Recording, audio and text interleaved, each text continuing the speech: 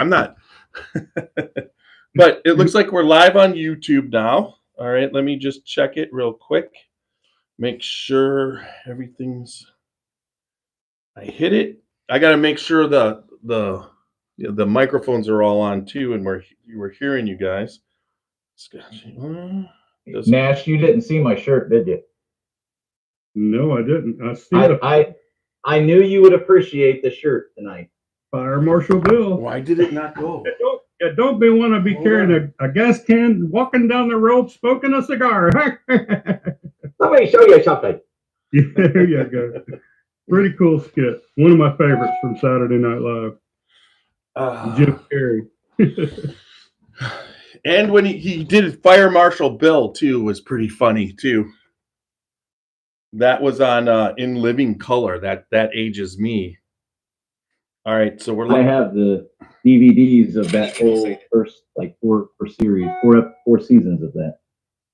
Dixon, the reason he said that is because that's what my real job is I own a fire and safety business. I do fire extinguishers, fire systems, emergency exit lighting, stuff like that. So all the time cracking jokes about the Fire Marshal Bill. Testing. That's kind of one of those Fire Marshal Bill jokes right up until you're in the business, like the restaurant business or the hospitality business, when you need guys like you to come in and like make sure everything's set up so that when the state fire marshal comes in and reads you the riot act, you're like, no, I got it. It's all the boxes are checked. Everything is done. Yep, I just took care of a couple of restaurants this morning. Very important guy. Yeah, that's for sure. And we were just talking a little bit about the Kiowa blend here, and found out that, like I say, that you go down, that your mother was born in Kiowa Island, right? Or South Carolina? No, my mother was born in. Yeah, she was born in South Carolina. She was born in upstate. We grew up going down there, which is kind of a funny story about how that all came about. Okay, well, that's where I live at. I live in Anderson, South Carolina, in upstate South Carolina, just about 30 minutes from Greenville. Oh, yeah, my mom is born and raised, or was born and raised in Rock Hill. Rock Hill, okay. And we had a property on Lake Wiley until, well, I guess my aunt still has it, but had a property there for until about 5 years ago. But that was my home growing up, and then I went to school down in Spartanburg. Yeah. A few years ago. Excellent. That's where my son's fixing to finish up his third degree in business engineering management is at University of South Carolina, Spartanburg.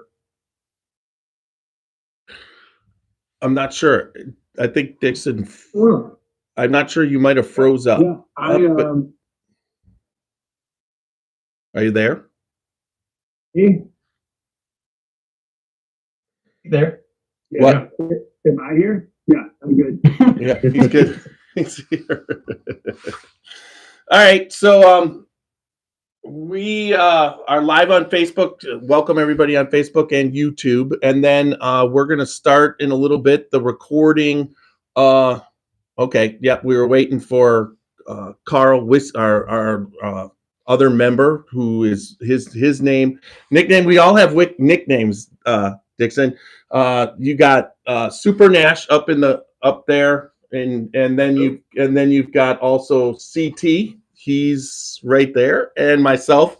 I go by Tiny, and then we just pulled in Whiskey right there. This is Carl Whiskey, and looks like he's sitting in the barrel house. Yeah, he's a Zoom master. Nice to meet you. It looks good. I like whiskey. Wherever whiskey is, looks like pretty solid place to be. Absolutely. For sure. Is that Heaven Hill? It's Heaven Hill. Yeah. That looks like it. Yeah, it does. That's in their barrel. That's in their barrel tasting area.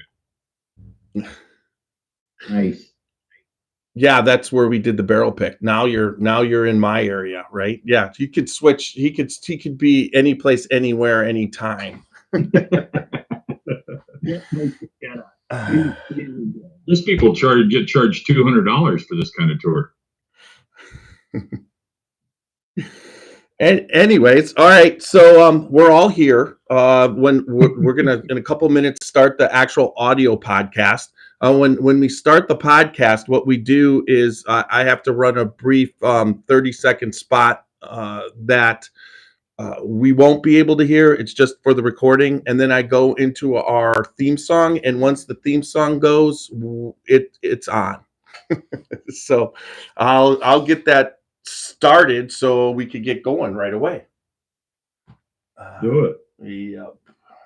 There we go.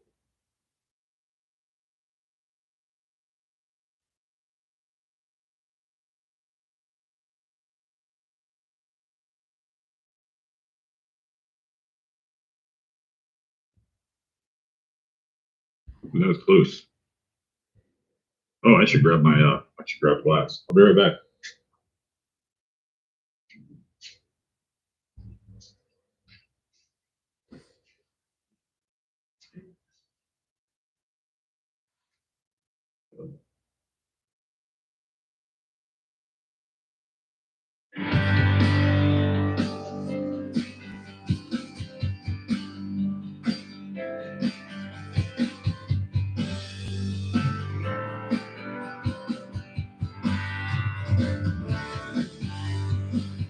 Drinking bourbon, sipping on the scotch. We do it a while, but it's sure fun to watch. We love what we do, we're drinking every brew. And it's all songs, but we're telling the truth. Yeah, we're the Scotchy Bourbon Boys, raising hell, making some noise. Yeah, we're the Scotchy Bourbon Boys, we're here to have fun, oh, enjoy. We're here to have fun. Yeah.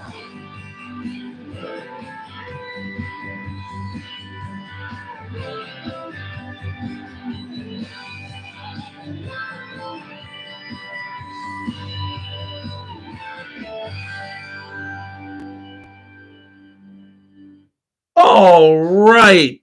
Welcome back to another podcast of the Scotchy Bourbon Boys.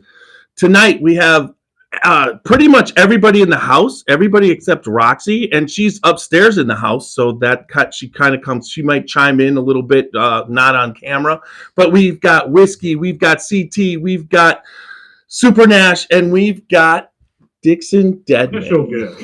Yeah. Welcome, Dixon. Thank you. I only kind of heard it maybe through your headphones earlier, but it sounded like, do we have Taylor Swift here? Did you sing your intro song? I couldn't quite tell. That was just Chris. like her. That was just CT. He likes to dress as Taylor.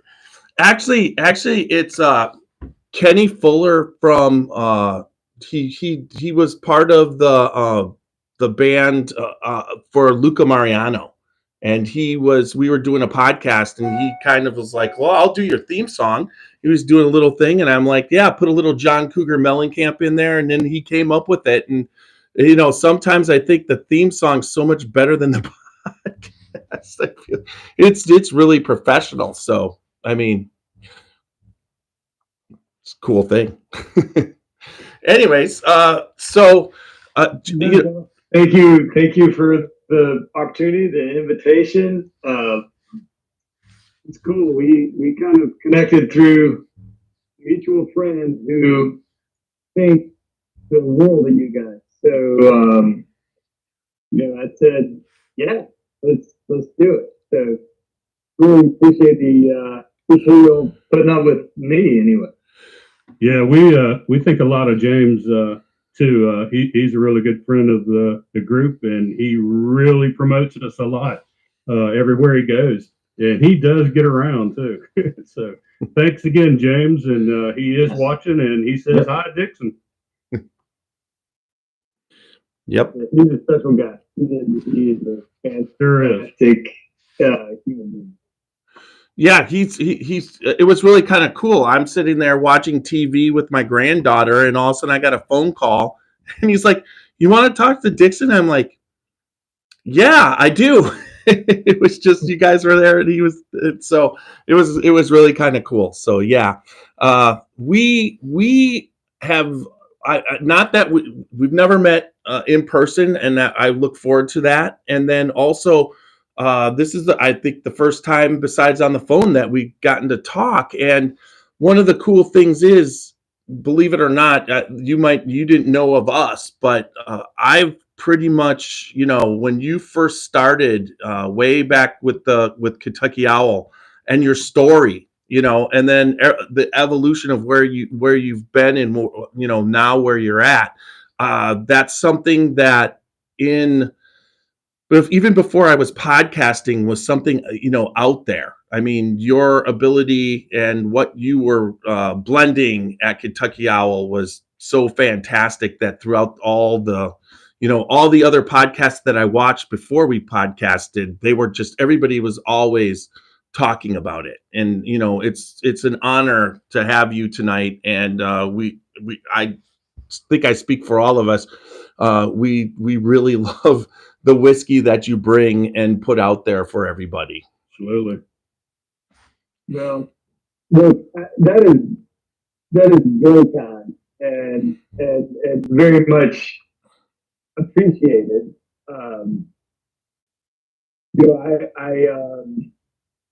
This is one of the only weeks. This week, I think I have 5 more weeks after this of straight travel. I've been, I'm home this week. I coached soccer earlier. We had dinner as a family. My wife said, "Can you go hose off the boys earlier?" All the things. I think what's really amazing to me, if I'm being 100% honest, is when everybody says, "Hey, we think what you're doing is cool," or "We watched what you're doing," or whatever. And it's like, I don't know. I find myself in a position most of the time I have a lot of fun with what I'm doing, and I think that's what's important. But I just, I don't know. I just kind of wing it like everybody else, and even James. When I met James, he said, "Mr. Dedman." And I said, "James, we're not gonna be friends if you keep calling him Mr. Dedman, because my grandfather was Mr. Dedman. I'm not."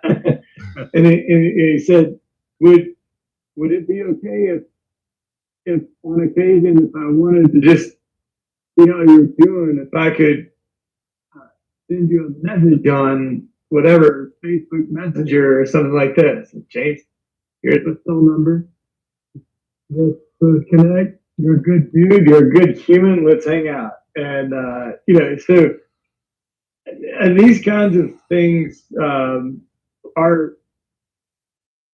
But sometimes I'm like, "What do you guys want to talk to some redneck from Kentucky?"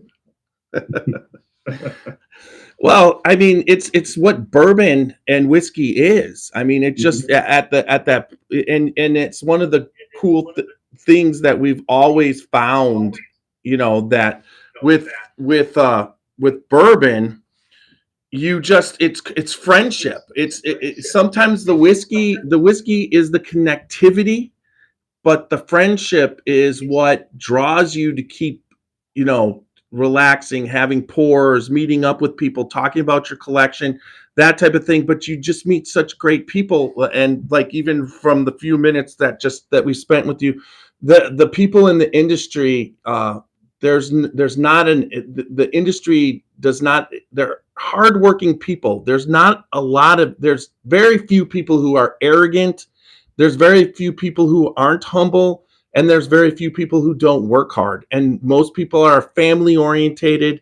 And that's one thing that I love about the industry, and why I love to do the podcast, is because we get to meet the people and people like yourself. But then, like you said, you become friends with them on a level of just, the whiskey's there, but it's just like, it's, regular friendship. It's not anything above and beyond that. And it doesn't matter if we're talking with you, or we were with Mark Carter, the other couple weeks ago, or we're with Fred No. It's throughout the industry, or you get to meet Jimmy Russell. It seems to be throughout the industry. It's just something that's, if you meet somebody who isn't that way, that is such a rare thing. And I think that one of the true privileges that I've had, kind of growing up in central Kentucky, and we were in a different industry that I grew up in, but the hospitality industry, the restaurant, hotel industry, but kind of a staple, so to speak. I mean, I was the fifth generation of my family to run that business 100+ years, and there, the relationships that we had and that had been cultivated with the Russells,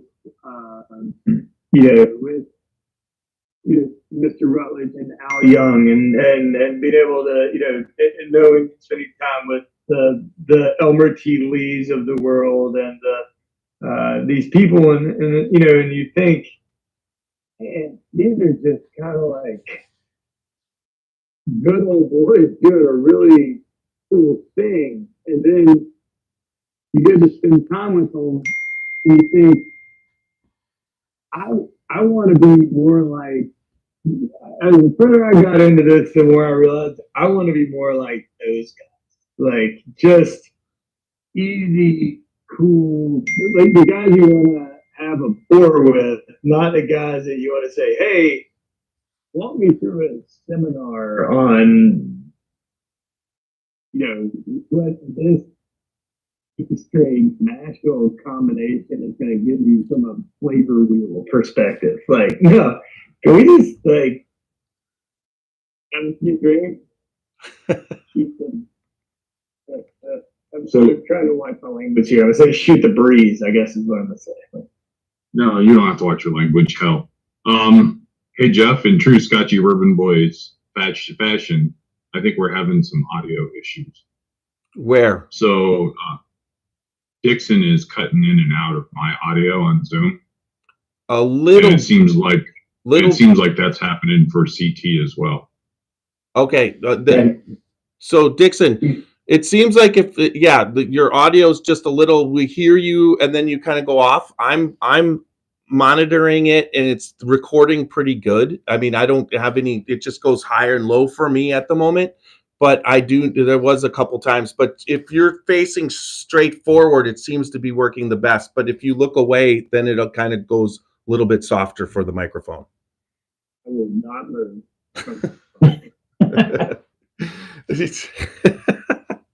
Anyways, all right. So, you guys, questions, and let's talk about what you're doing now with the 2XO, and you're. I think is your current batch the batch 4, or is it 5? Currently, we just launched the Kua. The Kua is the 4th one. Okay. That's out right now. Excellent. We've got so Super Nash here. You were in South Carolina, and he was racing to get to the liquor store that you were signing bottles, and he just missed you. What was it, by 15 minutes there, Super Nash? Is he not there? Can you guys hear me? I can hear you. Yeah, But I hear you. Okay. Nash's frame is still like it doesn't look like he's moving anymore. Well, he's moving to me, but let's see. Hold on. He's not muted. All right. It's good old stone face. Yeah, I don't know if he can hear us. He probably can't hear us. On the Zoom, he's literally not moving on the Facebook page. Oh, on the Facebook. All right. So, anyways, so he raced to get. He should come back in soon. But he raced to get the bottles, and he missed you by a couple minutes. But he picked us up both the Kiowa and the which one the tribute. We got the tribute, but he also picked up the Gem of Kentucky. You can see right here, right? And that one was he picked that up, and Is that Nash's urine sample he mailed you? you can tell when he gives Clear us and focus, samples. brother. I mean, look come at on. that. Look at that. He puts labels on it. I mean, it's just I don't even know how he does it. That's a mini bottle with a label. So anyway, so we've got that I did open up and get every the sample of the Kiowa blend. And then Nash was excited about that because being from South Carolina and the story about, being out there. And that's where, he was very excited. You could tell right now he's trying to get the audio working. I don't know why his audio went out, but it did. So log back out and log back in, Nash. You'll be all right. Talk about, going from Kentucky Owl and, moving away from that and then starting this brand. I mean, that story, people like to hear, how you go about it, but also you still are in the hospitality industry or no? I think we passed the end off, shouldn't say pass it off, but I had some cousins that they wanted to take a run at that in June of 2020. We're coming up on 2 years, and it was really kind of a perfect, I wouldn't say perfect, but it was a good thing because I was about to go back down the road of, kind of, wearing two hats. I did that when I did the Kentucky Owl thing, and it was not easy. I tell people, I would get up on a Monday morning at like 3:30 and drive to the inn and pick up the reports and payroll, and then get on a 6 a.m. flight to wherever I was going to, with things. But on the flight, I would do the payroll and fill in the sales numbers and all that stuff, and be gone and land on Thursday and kind of work the restaurant and Thursday, Friday, Saturday, and try to see my family on Sunday and do it all over again. And that is not a good thing. And so there was a period where I was looking to really get invested in launching this 2XO brand again. And also, my parents were really horrible backseat drivers in terms of running the innkeeping business. It's like, hey, let's get you retired and settled, and I'm gonna go do this thing. And these family members of ours want to do the inn, which was amazing. So it all kind of worked out, kind of at the right time, which was really cool. Yeah. And then, I think that looking back on the last, 10, 15 years of my life and think about, what when I decided I was going to do the Kentucky Owl thing, it was like, I need something else, like I need a hole in the head, but I've always been wired, in such a way where people said, that's too hard, or you probably shouldn't try that, or I don't know if that's a good idea. And that generally just makes me say, oh yeah, watch this, kind of thing. And, so I feel like, through all of that, I learned a lot. I trials, tribulations, what the big corporate spirit world is like, what it's like,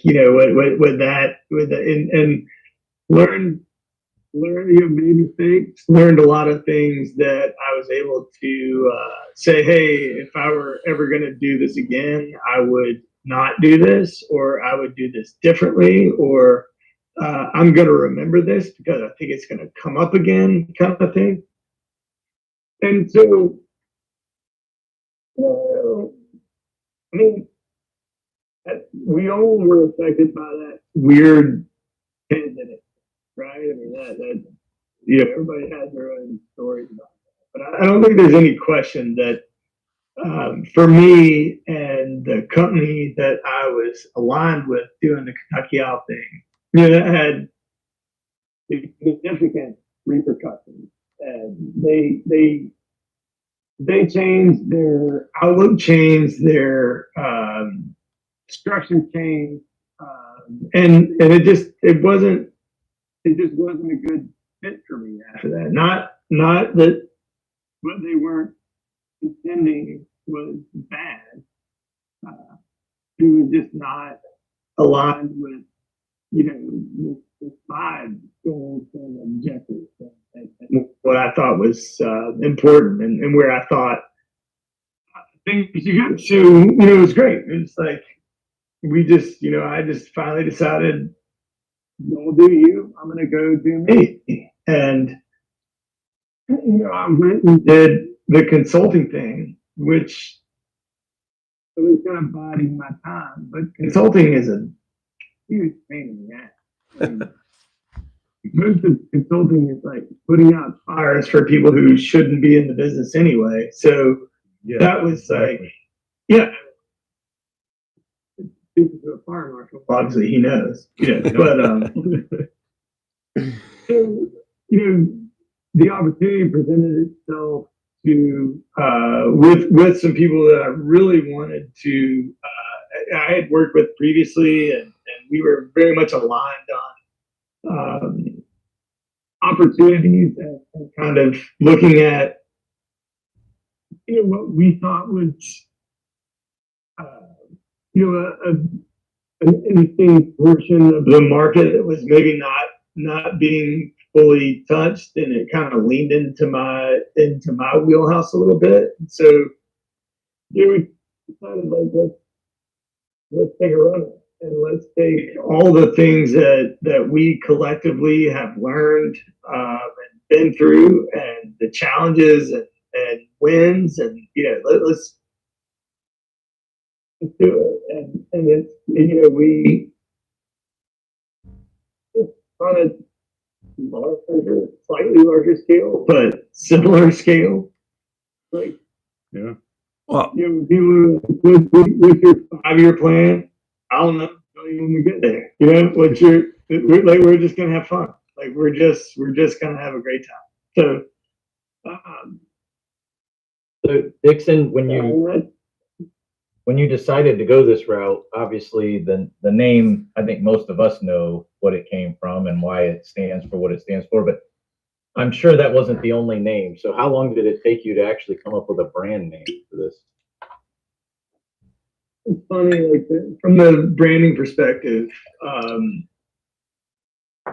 was kind of adamant about a couple things, and not to sound obnoxious. Like I mean no disrespect to any other, but I had done the heritage brand thing. Like I had told the story of my great great grandfather receiving a distillery in 1876 and creating the brand called Kentucky Owl. And I felt like that, in this space right now, every time you turn around, it's like old milk jug, old water tower, fat hose, old, So it's like, this brand is named after the old slop up the hill in 1856 or, whatever. Like, I didn't want to go down that road. Like, I didn't want to create a brand that was supposed to look like something that could have been on the shelf in 1945. And, I really was against that kind of like mentality. That heritage play. And then the second thing I didn't want to do, and I see it all the time, and it's fine, but the brands that are trying to sell you a product because of some obscure element of their process, like, hey, we only use corn grown by Amish farmers that use grass-fed alpaca manure to fertilize the fields or something like that. Like, I don't really know how that. I don't really want that in my bottle, but okay, whatever. So, what I decided is that we wanted to create a brand that was really built around the story of the liquid itself. What is the liquid? What is in that bottle? And really about making something that stood out, that had a different kind of look and feel, maybe had a little more of a modern, but it was about the process of the development of the liquid. You guys have amazing collections behind you, or can flip your screen to put amazing collections behind you. And the reality is that every one of the people responsible for those bottles behind you or around you would tell you that, in truth, 15% of what makes those products good is distillation. 85% of what makes those products great is maturation. And it's understanding how that liquid interacts with the barrel during the maturation process. And I decided to build a whole brand on amplifying that maturation process, amplifying the oak exposure during the process of maturation. To create unique flavor profiles and unique components on the palate in the finished product. So when we did 2XO, and 2XO stands for 2 times oak. Everything in the line has additional oak interaction during the maturation process, because that's what I think sets us apart, makes it unique, and it creates a unique flavor profile. Do you, on that note, Dixon, do you get all of your barrels? Are they always from the same cooperage when you go for your 2-time or the second barreling, or are you picking different barrels from different cooperages? Currently, we're the barrels that we use for the double barreling all come from independent safe companies, playing with different char levels. But yeah, I mean, the thing that I don't think people quite realize, they will. It's going to happen soon, But in bourbon, we won't talk about allocated bottles, allocation. Oh, these are allocated, or immediately everybody's like, oh, that means a Saturday morning raffle, and I got to give away first kid after I supply a urine sample or whatever. One of the things that's about to happen in American whiskey, and it really always has, the only thing more allocated than high-end bottles is new charred white oak barrels. Barrels are harder and harder and harder to come by. Those barrels behind you, whiskey, those things. It takes 25 plus years for those trees to mature, to be able to, be cut, cured, and cut into staves. You weren't laying down. There wasn't, Johnny White Oak Seed wasn't walking around 25 years ago throwing white oak seeds all over the place. So it's the biggest challenge for me in terms of building a brand on additional oak has been, how do we create access to that oak?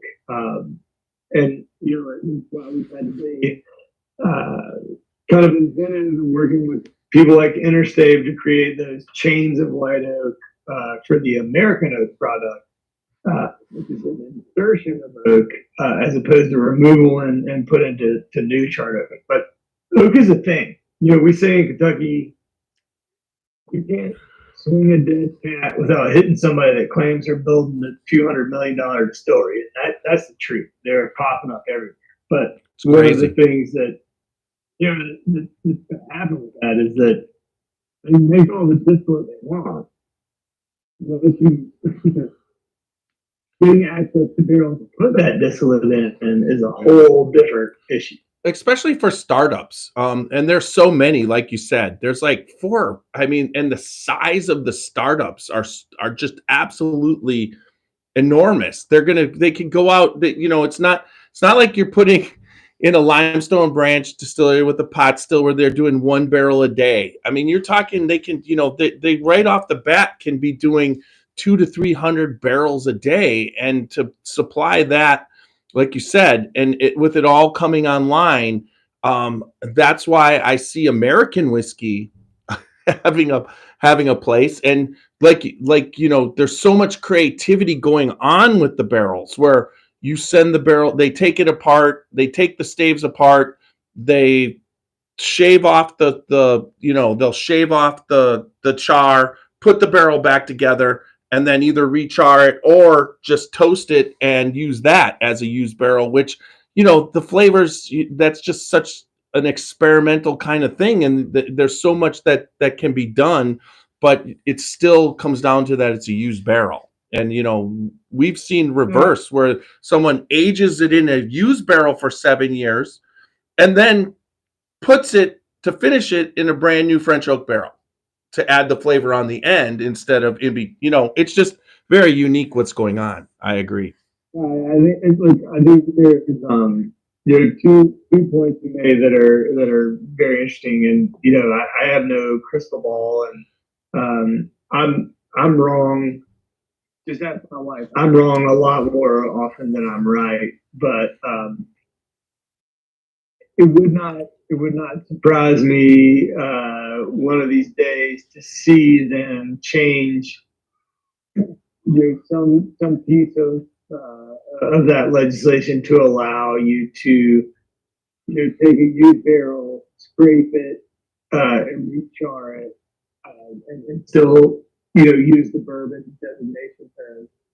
Specifically for products that are 4 years, 5 years, that you're 80 proof every day, $20 bottle.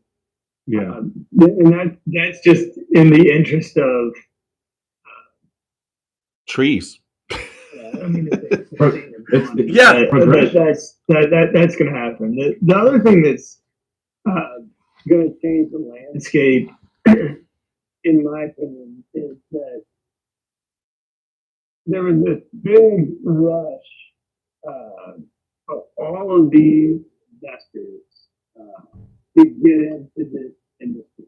They were just thinking, oh man, what a great return. I can buy 20,000 barrels of bourbon at $800 at a new film, and they're telling me that somebody's going to buy these things at $4,000 when they're 4 years old, and that speculative investment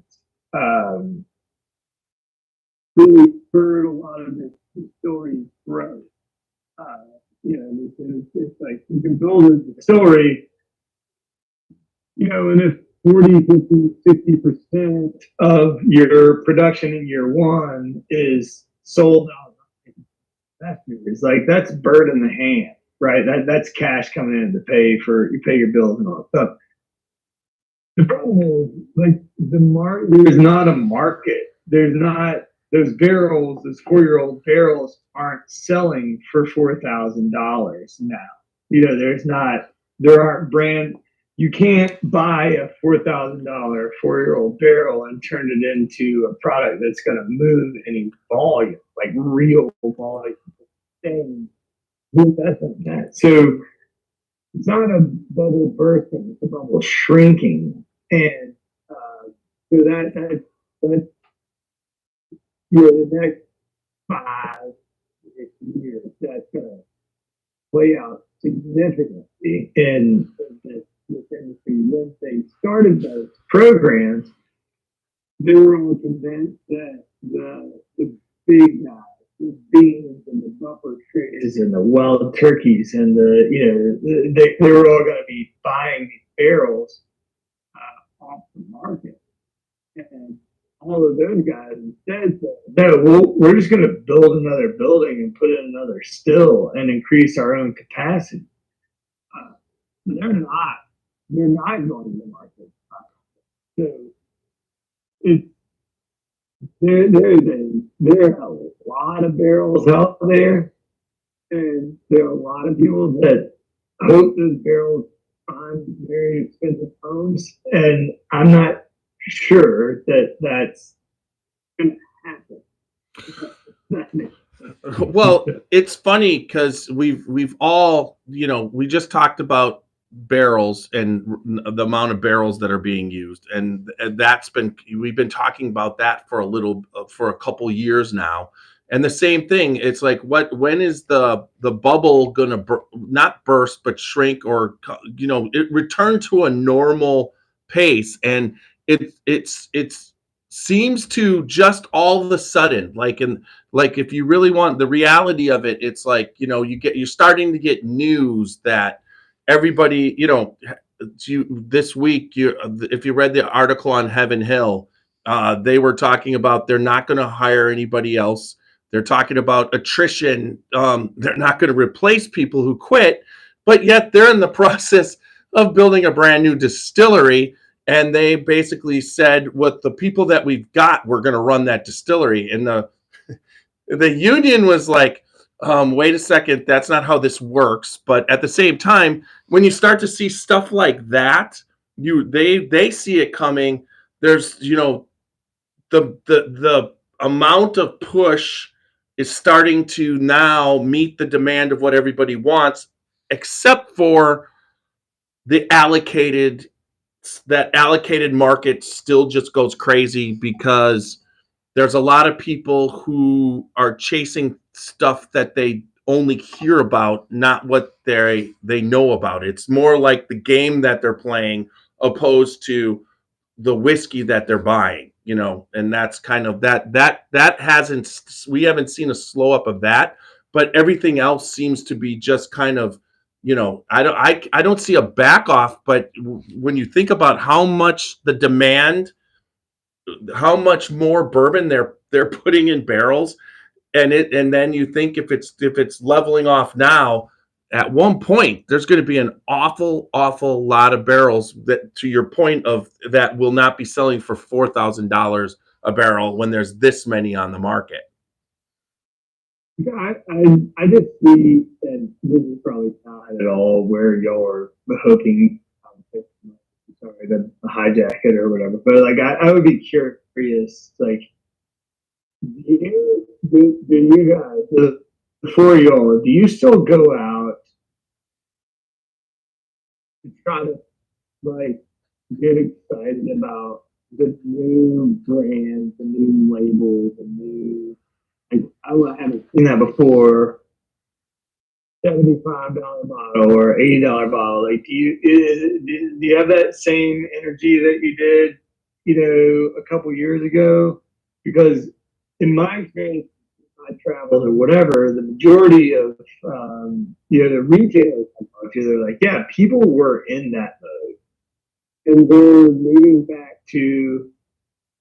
I'm moving back, like I'm going back to my old standby, my old staples, the things I know that I trust. Like I've been down that road far too many times where I said, oh, okay, I saw a review, bought a bottle, it was exciting. Somebody did a review on it, and I got it home, and I was like, huh, yeah. I think when it comes to distillers, I'll say it real quick, and then everybody take a turn. But when it comes to new distilleries, yes, I still get excited if they're making their own distillate and their distillate is evolving and it's starting to come, 6-7 years. I still get excited about what they're, because it just keeps getting better.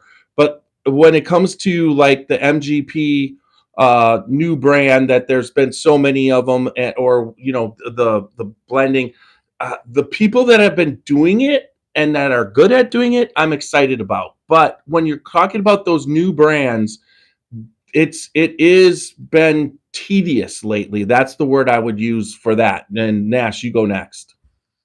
That's what I was going to say, because I was dubbed like I was the bourbon hunter. That's how I got into this group like 5 years ago. Is I was excited. I was all on the hunt, going out to these places, looking for that new bottle, looking for that new blend. And these last couple of years, yeah, that has sort of lulled for me because of getting out there and finding it, and then getting it home, and then tasting it, and then not living up to the expectations or the reviews that I had previously read about it.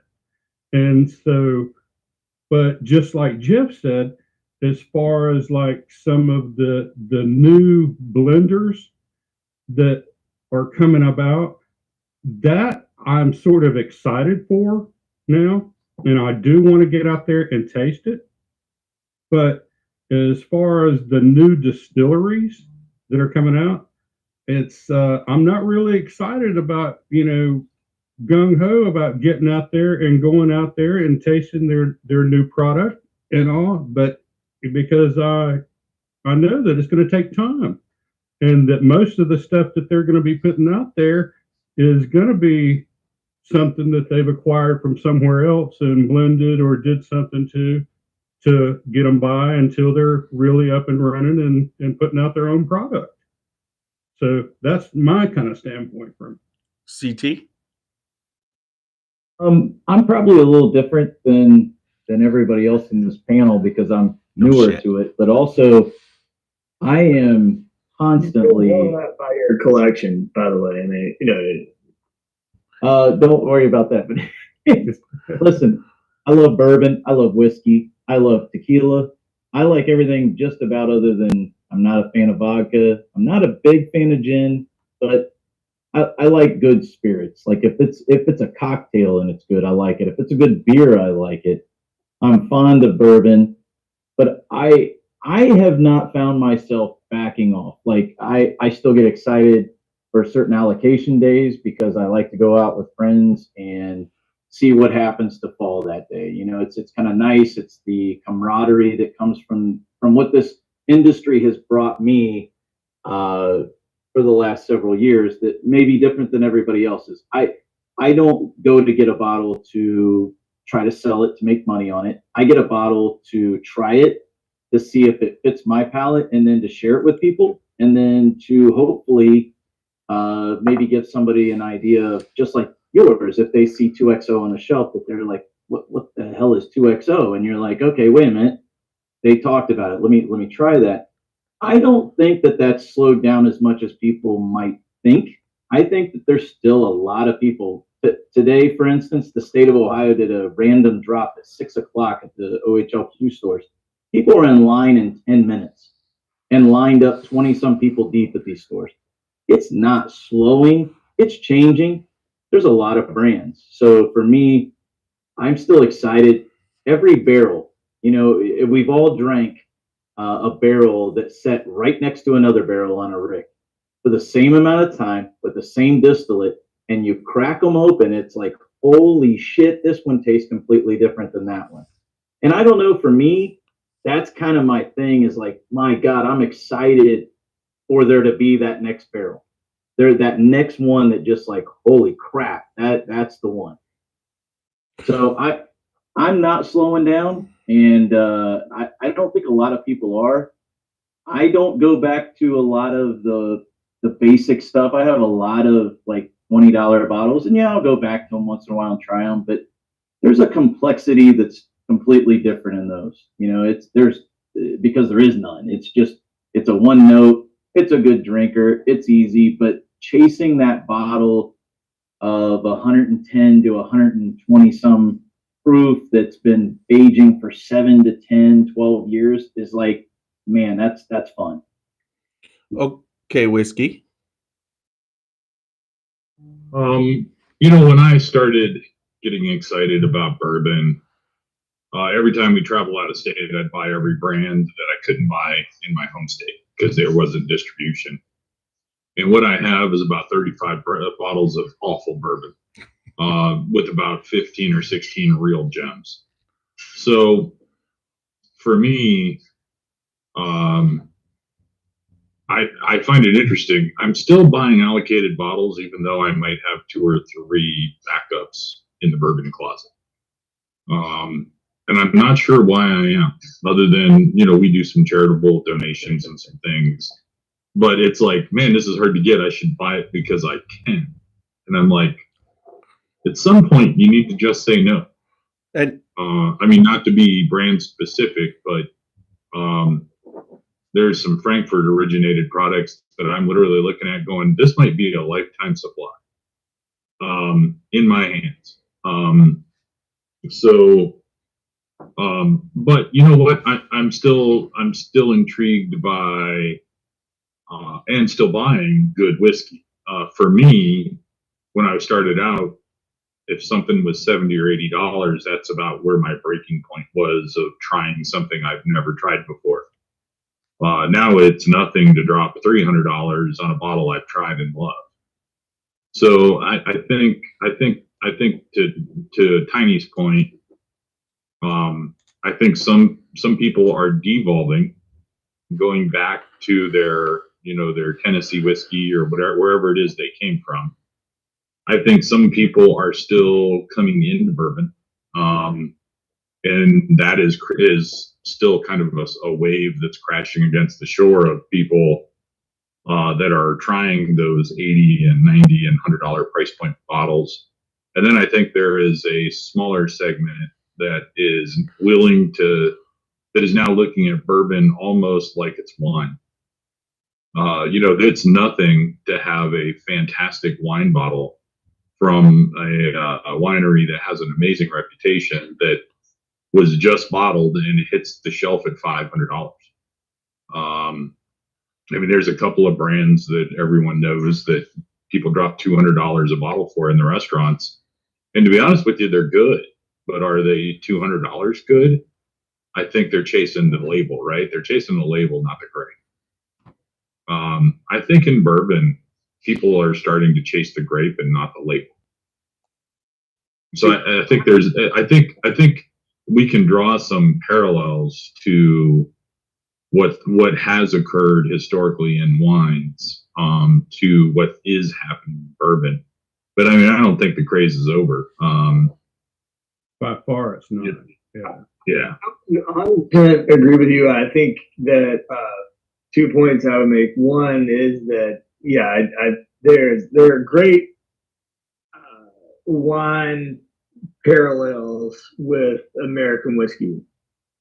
There are also great craft beer parallels with American whiskey. And 15 years ago, on every street corner there was a craft brewery, and the ones that they either got acquired by the big guys or they went under. And so like there's that, like that's already happening in American whiskey. CP, I think you made a great point, which I think is incredibly valid. And one of the things that was really important to me, like talk about lessons learned. I remember spending a lot of time going out when I was still, carrying the Kentucky Owl flag. And, people were always like, God, I just absolutely love the blends you're making, love what you got going on. But I hate the price. I hate it. My comment was always, well, here's my business card. It says blender on it. It doesn't say pricer. And I think that's what's been been a lot of fun. We have a lot of, obviously there's additional cost involved in an additional ode during the, but to still be able to do those icon blends like you have in front of you, in that 100 or sub 100 price point, which is not, I don't think it's out of bounds for what is like that. I was quoted in the New York Times not long ago saying that in bourbon, 75 is the new 35, and that's just the way things are. But to be able to kind of create a brand, I think that plays with American oak and the sub 50 price point, and then have allocated releases twice a year that are still in 100 or sub 100, like, because at the end of the day, like, it's cool. It's really cool when people buy your bottles. But when they buy your bottles, they say, yeah, I don't know when I would ever, I don't know when I'm going to, like, you don't put all the work and sweat and like the effort into creating something so that somebody puts it on the shelf and says, I'm not really sure when I would ever open it. Like, you want to make something that people say, yeah, I opened this and it was awesome. And then I was with my guys and we finished the thing or whatever. And you've kind of filled that gap with the American oak version that you brought out to kind of help that person who's maybe not wanting to spend $100, correct? Yeah, I mean, the American oak, the whole intention of American oak is, that's the core. I mean, I didn't design that to be anything but, and I tell people all the time, to me, that's a kill it on Tuesday, replace it on Wednesday bottle. Oh boy, that's a bad night. I don't, like, you don't have to think about it. You just enjoy it. Like, you don't, it's just something that you say, hey, this is an easy drinker. I have 3 or 4 things that are on my shelf, because when I get home, I have a board to. The things that you say, I don't want to have to get too deeply involved in what's going on here. I just want something to go my day. And that's it. I mean, Yeah, there's different levels of, there's that price point that's reasonable, which used to be, I think, which used to be like high 20s is now high 30s for that type of a bottle. But it's the one where it tastes good on one level. and you, every time you drink, but you don't have to think about it. There's no complexity to it. It just has that one taste, whether it's caramel or you like it, has that bourbon, but it's not, you don't have to think about it. It's over oaked or whatever. And that is definitely that type of bourbon. And I think that you've always tried to make that type of bourbon. And then, but that complexity that you put in your other bottles, you definitely have the ability to make something that tastes really good and complex at the same time. Your batches through Kentucky Owl, through 2XO, I mean, my wife is as picky as it gets. She doesn't bullshit me ever. So to find a whiskey or a bourbon that she absolutely loves is rare. And it's when she loves complexity, but there's certain things she doesn't like. And when she tasted the Kiowa blend, she loved it. The sweetness was perfect.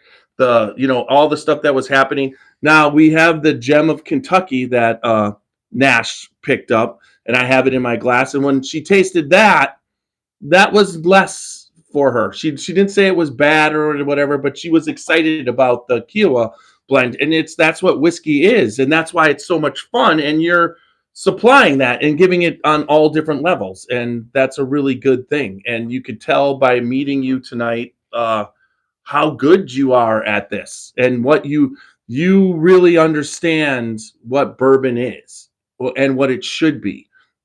Go ahead. Yeah, when I picked up these bottles, Dixon, I had just missed you by about 15 minutes over in Greenville, South Carolina. That morning, I was headed over, and I got a call that came in, and I was going to be there like about 10:15, and all of a sudden I got like 10:45, and I came in the door, and I was like, "Is Dixon still here?" And it's like, "Oh, he just left about 15 minutes ago." And then I found out that later that day that you had a whole slew of stores all over the upstate that you had signings at all day. But fortunately, I went ahead and picked up a couple of bottles for Jeff, a couple of bottles for me of the Kiowa and the Tribute blend each, and then I picked up one bottle of the Gem of Kentucky. And I sent them up samples of it, made the little mini bottles for them with the labels. What number Gem of Kentucky is that? The 63, I believe. Yeah, 63. It's funny, and I think, yeah, I mean,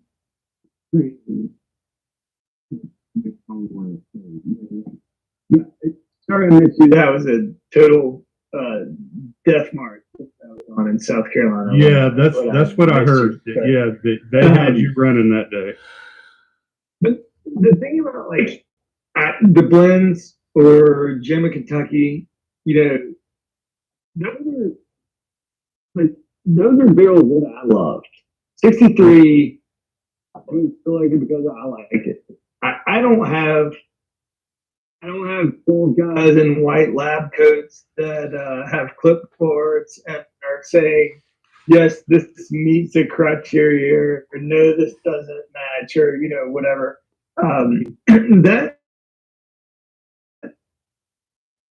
Gem of Kentucky is a true single barrel. 63 is different from 64, which is different from 22, which is different from 45. Everyone owns different. They have different char levels on the secondary barrels. They're different ages. They're from different lots. They're barrels that I enjoy. One of the things I love is when people say, I like Kiowa blend. And then, two things. One, I've made stylistically two different whiskeys that people can, and they gravitate towards one or the other. Honestly, the second part is they've tried them both, and that makes me feel really good too. So, it's the whole project, and Kentucky Owl was kind of the same way. And if I'm being honest, the reason that I decided to go away from it, because they were kind of trying to take that away from me. And maybe it's because I don't work well with others, which is fair. But maybe it's because I just, I like what I like. Sometimes I make a blend that's very spicy, and sometimes I like something that's very rich and soft, and I don't know, it's just kind of. Well, that's why we all like bourbon, is because it can vary from bottle to bottle to barrel. That's what it's all about, is being able to pick up something that is every time unique and different. And share it with your friends. Yeah, there are those staple bottles out there in the market that you can pretty much drink, and they're 100% the way they tasted the last time you drank it. But that's where I feel like the market people really do enjoy something that's unique. You know, they may drink that staple, but if they're with friends sitting around the campfire or whatever it is, they like to talk about something a little different. Yeah. Yeah, I think one of the things that I'm very fortunate about as well is the liquid in our program. Feel like keeping on your right that tribute blend. Mm-hmm. When I dump that dump on that blend was, I think, 111.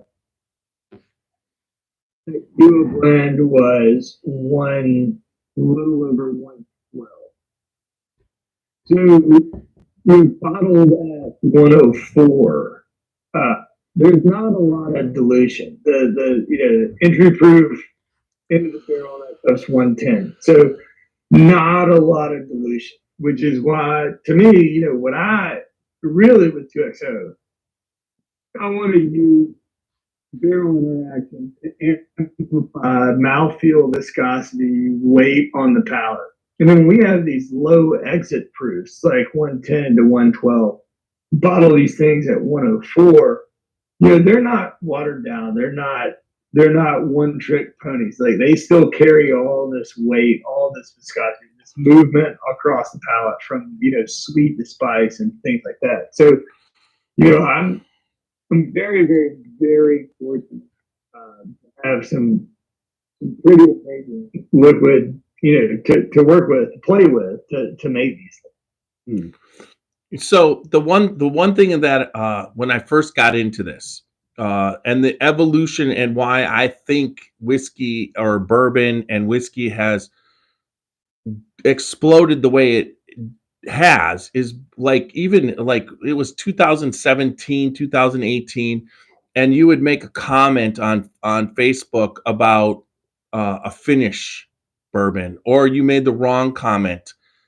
There was a bunch of people that were there to basically tell you you're full of shit, or that's a finished. They would be just like, that's a finished. That's finished. It's not a bourbon.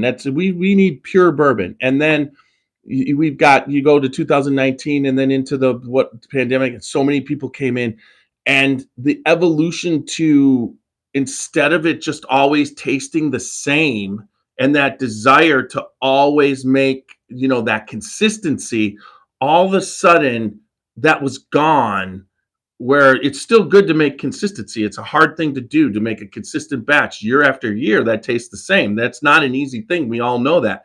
But the whole group of people that came in, they love the, the difference of all the different flavors, all the different finishes. They're looking for something different.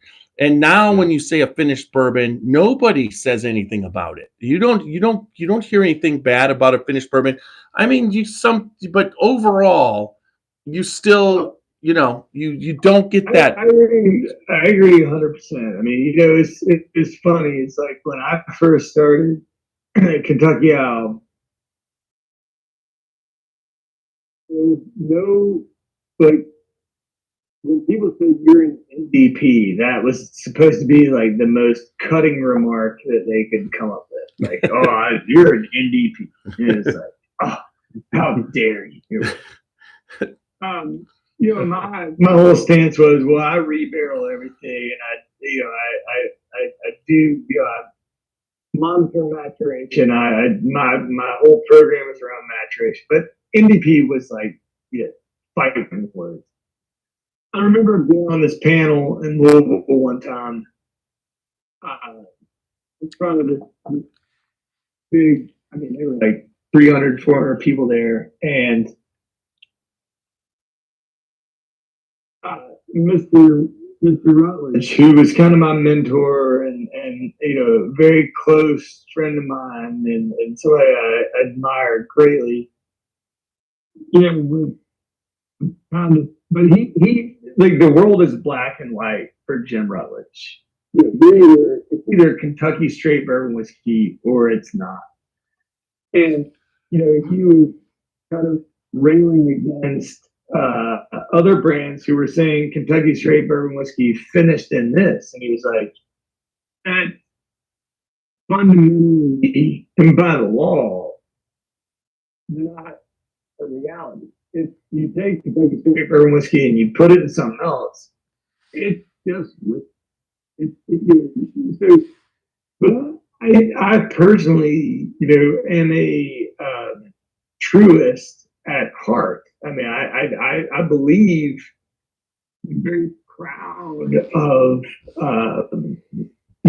what it actually means to be Kentucky straight bourbon whiskey. Like I think that's I would actually side with Jim in that argument in terms of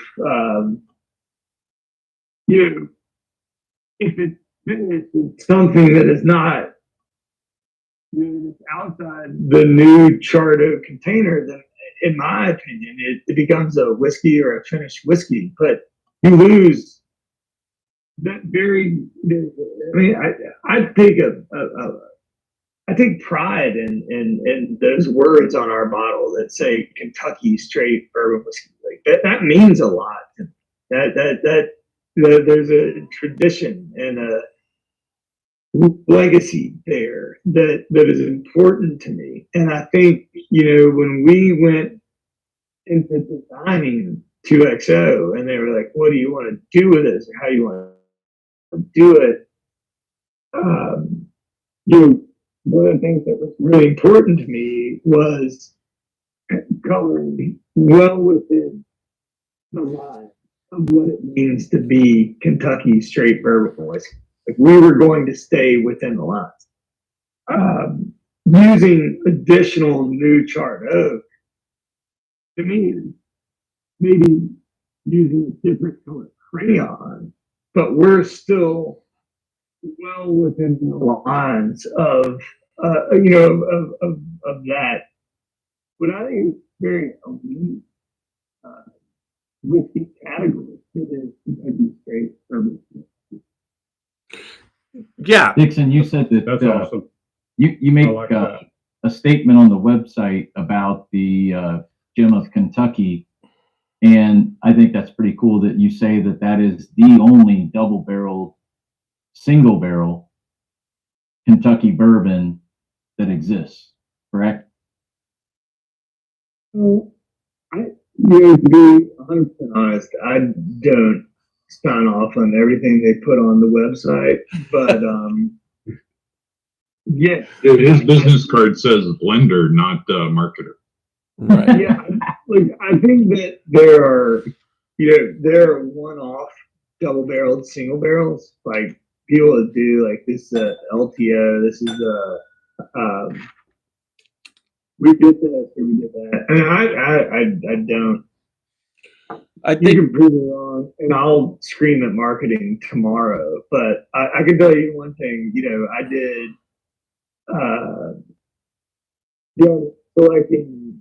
I think it was the 24th of May to select another 85. So we, it's an ongoing program.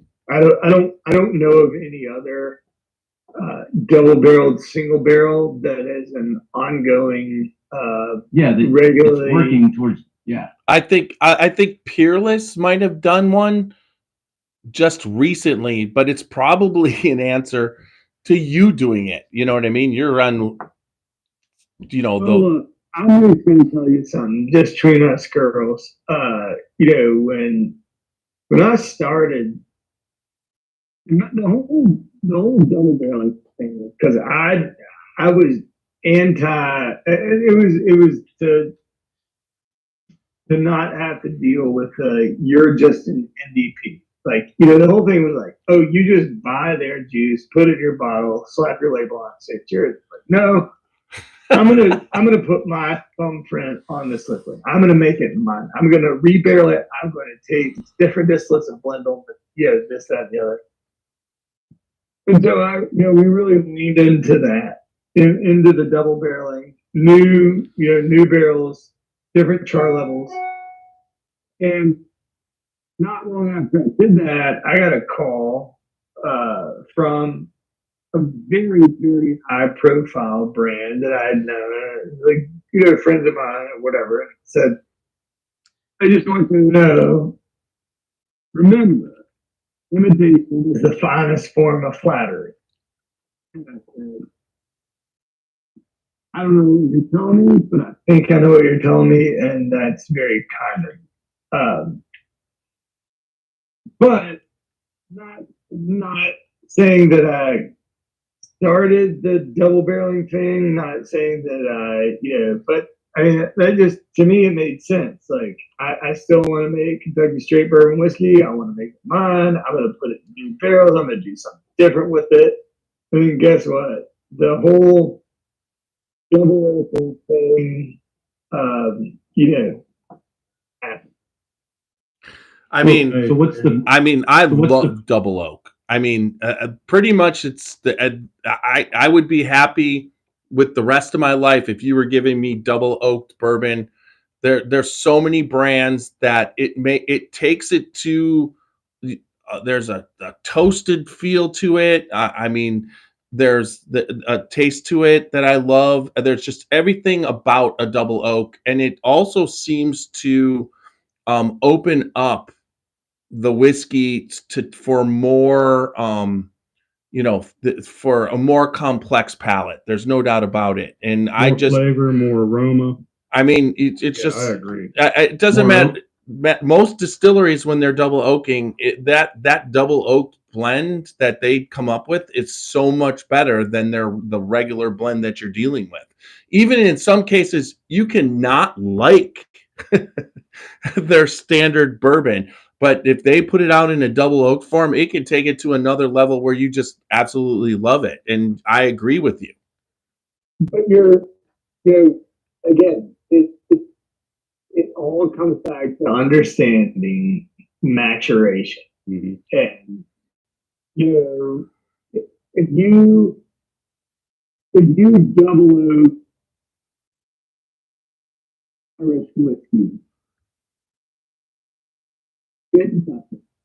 Because the climate that those barrels are stored in are effectively refrigerated climate. You don't get the oak interaction, you don't get the movement, but that again, one time I was doing this talk at this amazing whiskey bar at New York City called the Brandy Library, and I'm telling you, she was beautiful, 6 foot tall blonde woman with this gorgeous accent comes in, and she tells me, she said, "Dude, some sort of broker for high-end Scotch barrels," and she just says, when are you Americans going to learn, how to age whiskey? And I said, okay, I'll bite. Let's talk about this. And I said, what exactly do you mean? And she said, well, Macallan just released a 65 that Flutie just released a 54-year-old and this other, And I said, well, tell me what the 6'4" of a rick house in Scotland looks like in August. And it's probably about maybe 50 something degrees. What about outside? She's like, I don't know, the rain's coming sideways and it's windy and it's gray and it's nasty and it's cold and whatever. I said, you were going to the 6th floor of a rick house in Kentucky in August? And she said, no. And I said, me either. And she said, why? I was like, because you can't go up there. There's no oxygen. It's 140 something degrees. And you'd last, maybe, it's miserable.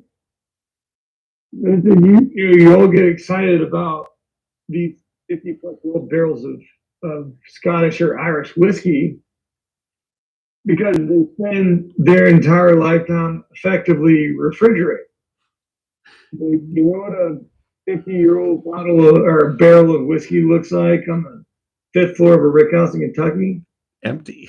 It looks like 26 staves, piled up with 6 metal bands laying on top of it. It's empty, it's dry, and throw a match on it and it'll light on fire immediately. And she's like, oh, that makes sense. So I feel like you have to be excited for something you've waited over 20 years to get a hold of, right? Like if I had something sitting around for 20, 30, 40 years, you would have to feel like it was great because you waited so long. Well, the 65-year-old, the people that made it could be dead. You're talking about a generational wait. Yeah. But also that 65-year-old Scotch was probably put into a used bourbon barrel. So it's absorbed all the bourbon in the 65 years and it's been refrigerated to not do too much in there. And likely to give it flavor, it's finished in some sort of sherry cask or something like that. Because it's a completely different situation. Well, but coming back to your point, it's like when you were being an NDP, when people were getting on you for being an NDP. The one thing that I've always known is if you look at Scotch or Irish whiskey that's been around even you could even say 1,400 years, but mainly for 800-900 years. Right now, there's only like 3 or 4 distilleries making, and it's always been that way. What's Johnny Walker? They don't distill. They buy it from all the different. They put it together and make a blend. Blends up until we had this bourbon boom. That was the main thing. You never saw a single barrel Scotch or Scotch was and Irish whiskey were always 80 proof.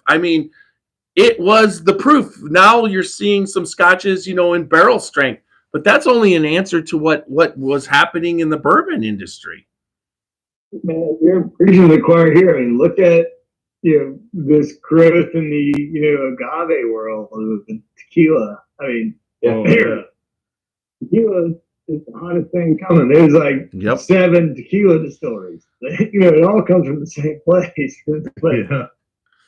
But they decided to do what bourbon was, start aging it in barrels, and that all of a sudden changed the industry.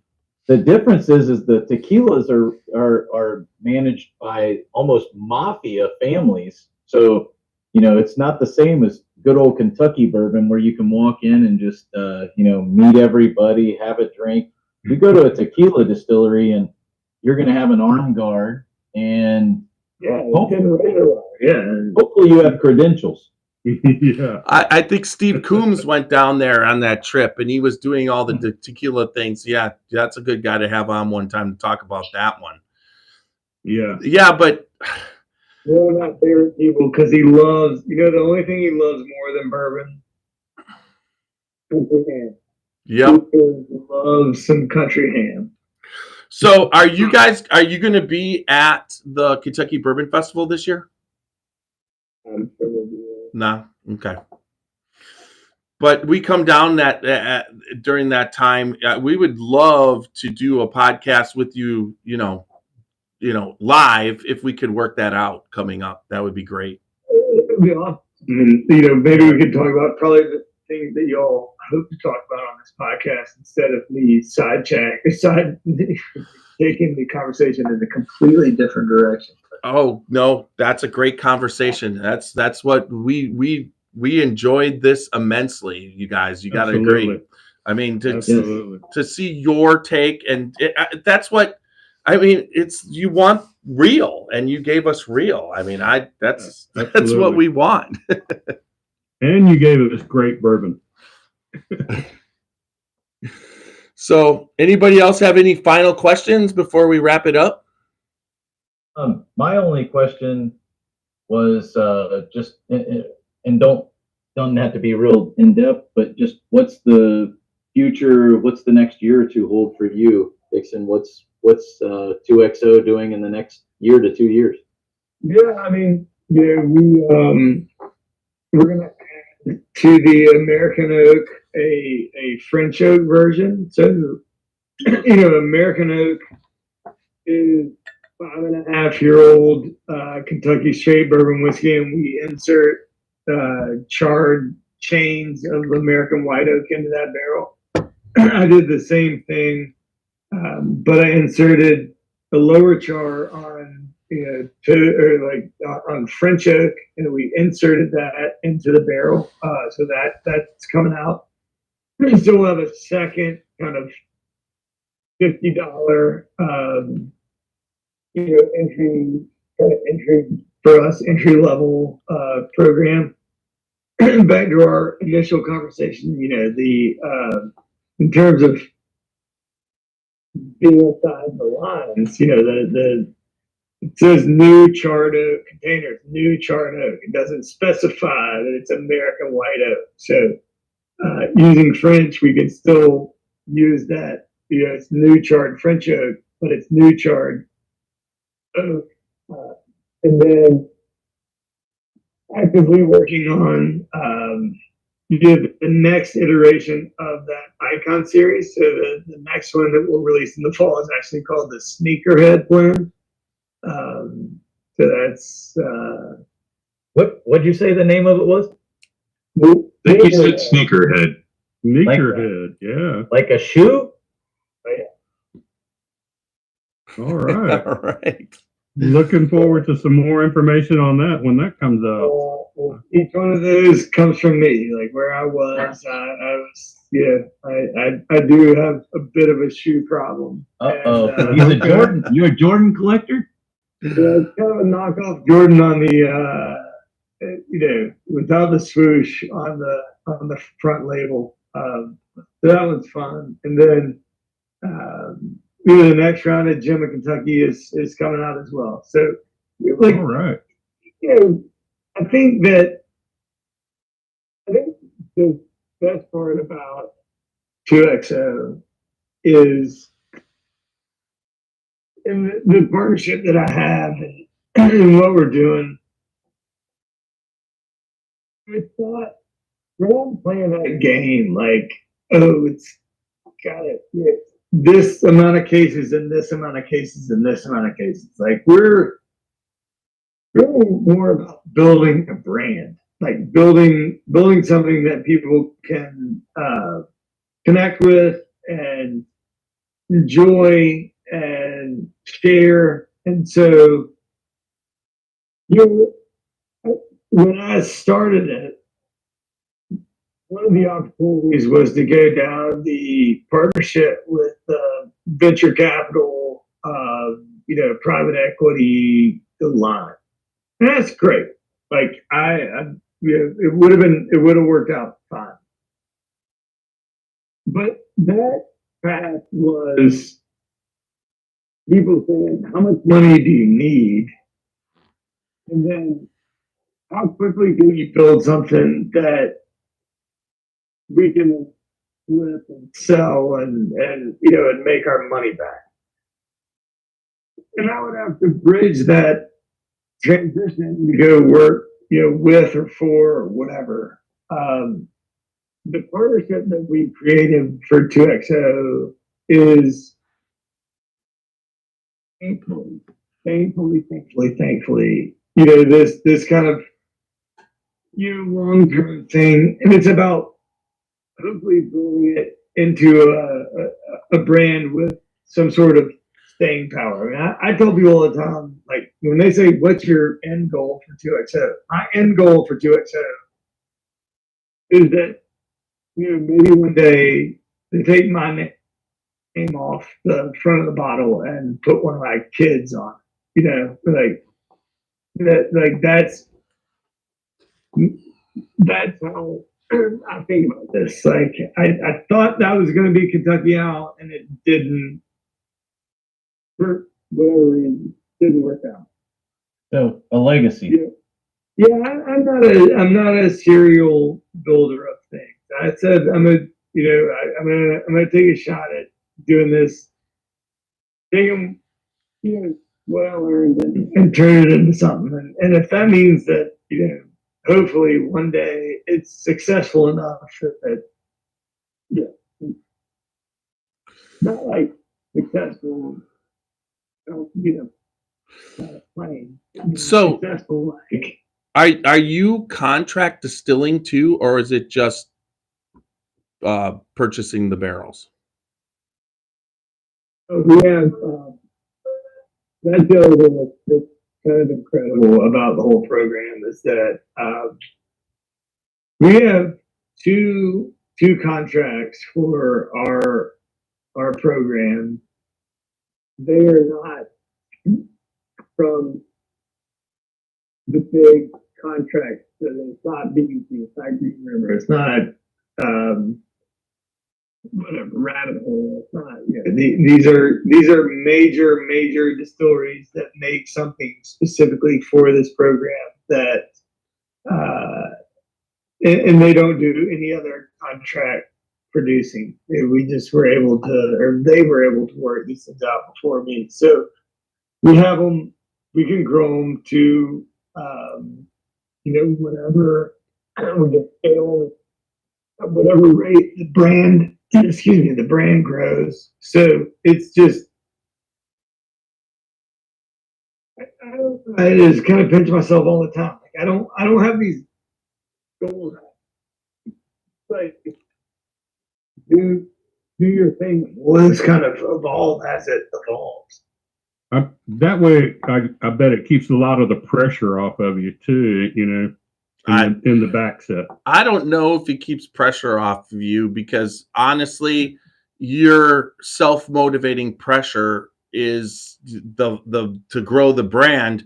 It doesn't, I mean, you're out on the road doing it the same way that Booker No did it, the same way Fred and Freddie No do it, the same way everybody does it. They go around the brands that people back and believe in, they go to the stores, they go to the distributors, they're out on the road. And you're talking, that's one of the things you were talking about right away, how much travel time you have to take to go out on the road. You're always making time for your family, but at the same time, it is what you have to do. Brand recognition is everything when it comes to when someone walks in to a liquor store and they look at all this stuff that's out there.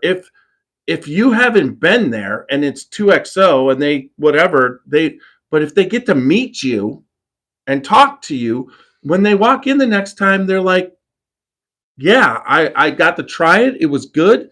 And I'll buy it. That's something that has always been the same for a long time with the spirits industry and mainly with bourbon. And I totally agree. But I also, have a different perspective. Like I feel like I get the opportunity to meet people. Like people don't get the opportunity to meet me. I get the opportunity to meet people. Like, it is a pleasure and an honor for me to be able to go. And when people are there and they say, hey, I'm a pour with you or whatever, like that, to me, that's, I say it all the time. Like it could be worse. I could be Tommy Boy out there selling brake pads or whatever, lighting cars on fire on somebody's desk or whatever. But take it full circle with the guy that introduced us. It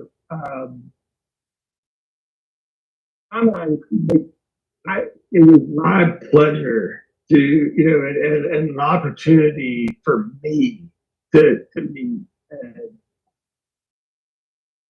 board, hang out and shoot the shit. You know, and that's the way I look at it. I mean, I don't. It's like you're the artist. This is your creation, and as you share it with people, you love to see what they think about it, but also what bourbon is creating friendships and opportunities to meet people, and so you get it all in this industry. So sometimes, even though it's a lot of hard work, it doesn't feel like work at all, right? I mean, done the right way, you know, if you're proud of what's, you know, what's in the bottle,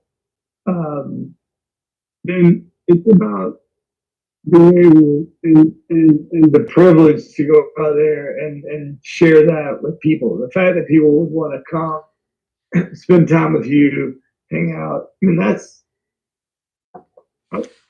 I'm much, you know, that is, I don't know, how much cooler could it be? It's awesome. I agree. All right. So we'll wrap it up. Thank you for your time, Dixon. We really appreciate it. Thanks so much. Yeah, that was wonderful. I had a great evening, and I look forward to meeting you in person. And share a pour. So everybody, thank you, CT. Thank you, Super Nash. Thank you, Whiskey, for joining us tonight. We're the Scotchy Bourbon Boys, www.scotchybourbonboys.com for all things Scotchy Bourbon Boys. Also, remember to follow us on Instagram, YouTube, Facebook, and X, and then all the major podcast formats. But however you listen, remember, leave good feedback. Make sure that you give us a like or subscribe. And then once again, we're share. Don't forget to share. Yeah, for sure. Share.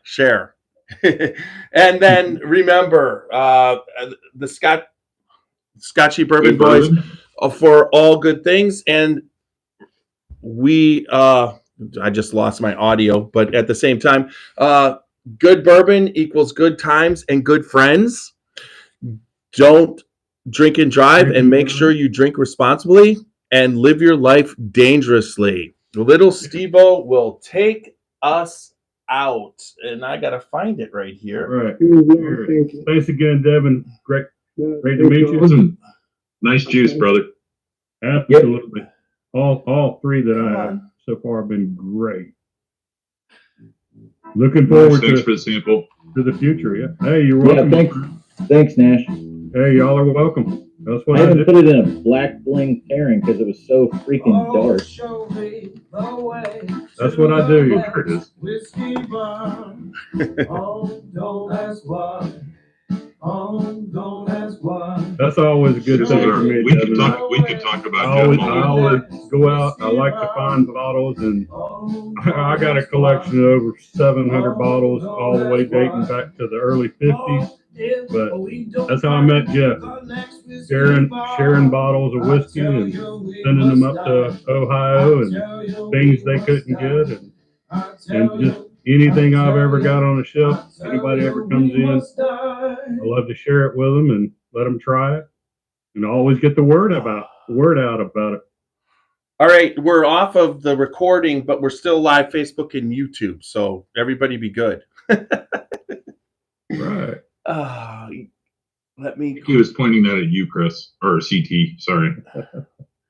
Yeah. Mike Dixon wants to know why you have a damn Godzilla on your desk. I like it. It's awesome. It's like I bought this, I believe it had to be like 1984. And so I was like going through the back room this weekend, and it was there. And then we looked it up, and I think it's worth like $600. And I'm like, hey, that would be a good thing to have on a podcast. Just threw it up.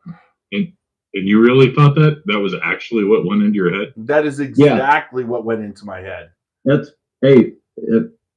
Seriously, Whiskey, you don't think that's what went into his head? Well, I tell you what, I was all over it when he said Roxy is very picky. I'm like, let's look who she married. I mean, seriously. I'll take it away. I'm surprised You you know what didn't I'm get saying? offers for it in the comments. Yeah, they want. Yeah, I think definitely. Roxy was looking for a prom date and realized that if the men don't meet her standards, lower her standards. Hey, and her that's how she got standards. When I was younger, I met her standards. But I mean, Yeah. come on, whiskey. When you were younger, you met your wife's standards too. Whiskey, Oh, no, I didn't. you know how the vows go, till death do you part. You know, she took that very seriously. Yeah, it's like, yes, she was very She always picky wants to back kill then. him. Now, that's because she's picky. Yeah. Hey. He keeps increasing his insurance policy. He's like, Right. That's what whiskey does. He's an insurance salesman. So this is an ulterior motive right there. So The good thing tonight, Dixon, I mean, just on Facebook alone, we had a lot of people watch, but we also had a lot of people from the industry. I mean, we had Ross from Ross, 1792. Ross Me Cornelson. was watching from Old Louisville. Greg Schneider from Chicken Cock. We had quite a few distilleries and just a lot of fans watching. So I think that says a lot about your brand curiosity of what you're doing and where you're going. And there's a buzz. well, It had a Wonder ton what of this, comments wonder about what this everybody. is going to say. Yeah. Who? It could have been like, let's see what this idiot says tonight. So it's well, so we That's what they were got thinking about. Jeff That's what or they were you? thinking about us. we got to spend some time lately. It's been with Mark Carter. And you know, it's like we did a podcast probably about a month ago from the old Carter Social Club, and you know, he had nothing but such good things to say about you. And we had already booked the podcast and everything, and I talked to him a little bit. But you know, with what Mark and Sherry did initially, meeting, you know, how you guys did all that, and then I mean, it's not on the podcast, but was that a major? That was a major start to your, you know, they were a major start to your career, correct? I don't know if Bill got into it. You know, Mark, Mark, my entire life.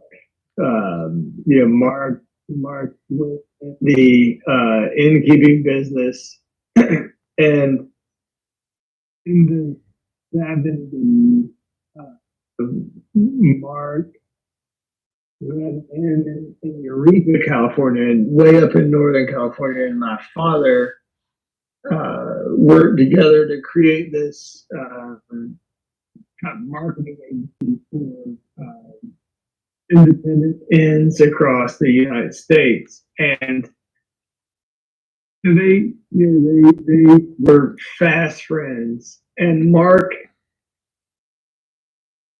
is like he's still like a teenage boy. Like he has the energy of a 14-year-old. Like he's just, you know, and growing up, we would just be somewhere.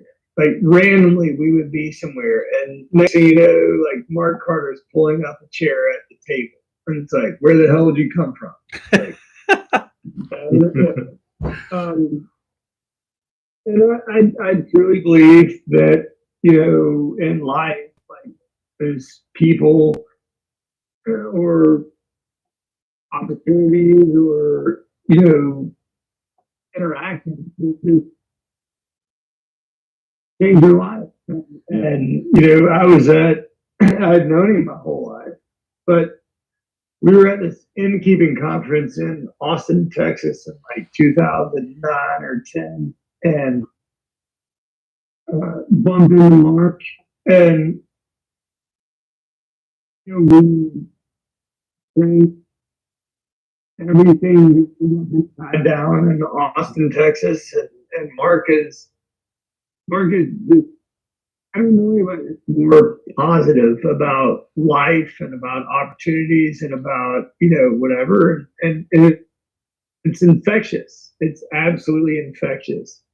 And when you tell Mark, like, hey, I want to do something, and he's like, let's do it what you need. And I'm like, why? I know how to do it. I just don't know.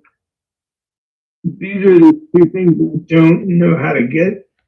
These two hurdles I don't know how to get over. And he's like, I got you. Then let's do it. You know what I mean? He's just that guy. And sometimes you need that guy, or those people or whatever. And then, I don't know that I'm anywhere special, but certainly wouldn't be, where I am or have done what I, feel like with a lot of people have accomplished without, Mark Carter and that relationship. I mean, he's a very, very, very, very, very special person to me. And, he's just, it's one of those people. Well, you're like, I can't get to the, I want to go to the moon, but I can't get to the moon. Mark Carter would look at you and be like, yeah, we can. We'll figure it out. Let's do it. Like, okay, let's go. Well, and he talked about it where, like, and that's what it seemed like. It's like he did what you guys needed to do to get going, and then he let you prosper. You know what I mean? And that's kind of like what you just described. He was like, let's just do it. We'll get it done. And then when he got it done, they went off and formed Old Carter, and you kept going about what you did. And I mean, that's what I love about the industry, because it's just about relationships. And once again, it's what the whiskey ties it all together. I mean, it's funny. Sometimes it brings everybody together, and everybody, that's on the outside just doesn't understand. Then once you all are together, the whiskey is almost secondary. It's good. I really, 100%. I mean, I think that's the thing about, whiskey that makes, well, not makes, that is a lot different than, I don't know, maybe there are, but, this is, like, there's this crazy camaraderie and, like, crazy, it's the rising tide thing, yes, but it's also just,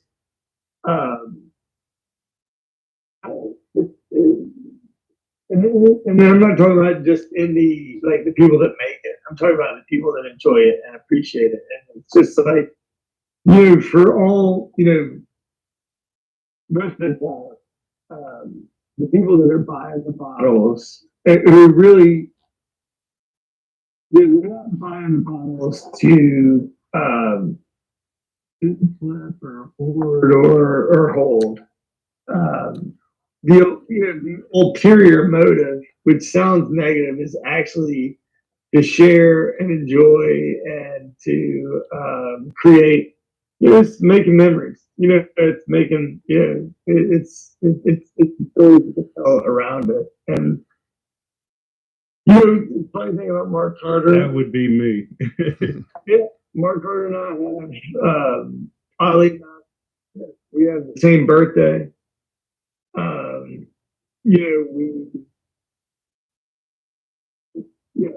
So we're connected on, I can almost, like, when he's down, there's like a sixth sense that I get or whatever. I mean, there's people that help you grow something or build something, or that are part of your, part of your life, part of your development. And for me, Mark Carter is a big part of that. So that you said that about the innkeepers, which basically was batch 2. So pretty special batch because of the relationship with people like Mark, I'm assuming. Yeah, I mean, Innkeepers was kind of a throwback to my family's history in hospitality and keepers, but it was also kind of more about, in that business and in that world, you when you're an innkeeper, much like when you're running any business, you're the boss. And also, when someone doesn't show up to work, you're the dishwasher or the busboy or the maid or the person that goes and plunges the toilet, And but I think there were at that time. The reason my dad connected so well with Mark and I connected with Mark is because we had live that life of like, yeah, we had, Mark has this amazing property up in the redwoods in North. It was the same thing. Like, and Mark, here's the other thing you don't know about Mark Carter. Mark Carter, probably, I mean, if you test it out, he'd probably be one of the top sommeliers in the country. Yeah, we were able to get absolutely incredible. Yep. Yeah, there's an appreciation of spirits and wine that he exudes, and he wants, but again, he's exactly what and why I love the spirits industry as far as the people that, I mean, he's so down home. And like you said, his energy, we were with him and Christy at the New Orleans Bourbon Festival. And I'm just sitting there at almost, I'm going to be 60 this year, but I'm sitting there going, where does this man get that energy? You're like you said, it's like he's out running about, talking to people. He's, the word I would say, he's agile because he moves. I mean, he's not slow. There's no doubt. They were there and they were all over the festival. They were, they left a little bit, then they were back, and he did a talk, and he just loves in the same thing. Then a couple, about a month later, we went down to and did the podcast, and he's just a great person. I mean, you're 100%. It's great to know. Now, my daughter is a sommelier that's been working in the wine industry out in Oregon, and her winery just bought some land in Washington off of Gallo, and they want to go to Washington. She doesn't want. So we contacted Mark. I talked to him a little bit about her, but he's like, yeah, I'll have her send me the resume. I'll get her a job. And it's just like it's just unbelievable what he, But Mark's like, yeah, I never did it because I hate tests. I don't take tests. No, but he understands. I mean, I'd really slow him down. You taste, all you got to do is taste Old Carter and know that palate doesn't need any freaking testing. I mean, same thing with your palate. You don't need to take any tests. Good whiskey is good whiskey. I mean, there's so many different palates out there, and it seems like I love the fact that you're just open to, if it's a little, you have so many different, what good whiskey tastes like, and then you can refine it to your palate, and then you put it out there. So some people don't like real spicy, but you understand you can make it spicy enough that maybe you can bring them in. You know what I mean? So there's a lot of stuff that you can do, and you've been doing honestly, these bottles here. You were talking about the Kiowa. We opened the Kiowa blend. I had the gem. I don't know. You've signed the tribute. I might have to get another bottle to drink it, and I'll just this one I'll put up because you deserve having a bottle put up here or there. Look, here's the deal. On that, if you look at that bottle, at the bottom of the label is also my signature. You just go buy another one, get a gold Sharpie, copy that scribble at the top of the bottle, and you can tell everybody, oh, he's. I was about to tell him that I believe there's a couple more of your signed bottles still over here at the beverage superstore in Greenville. And I think what he's trying to tell you is open it and drink it, and the signature will still be on the bottle.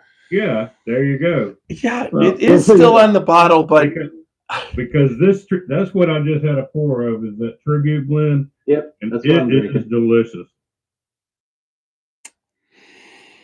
I know a guy that can get you one at some point, but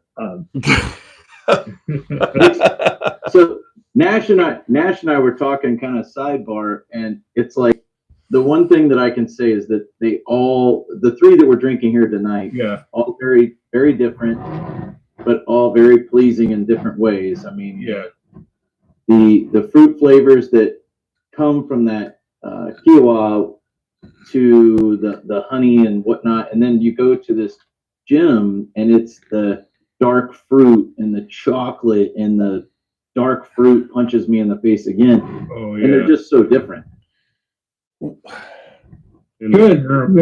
Mission accomplished.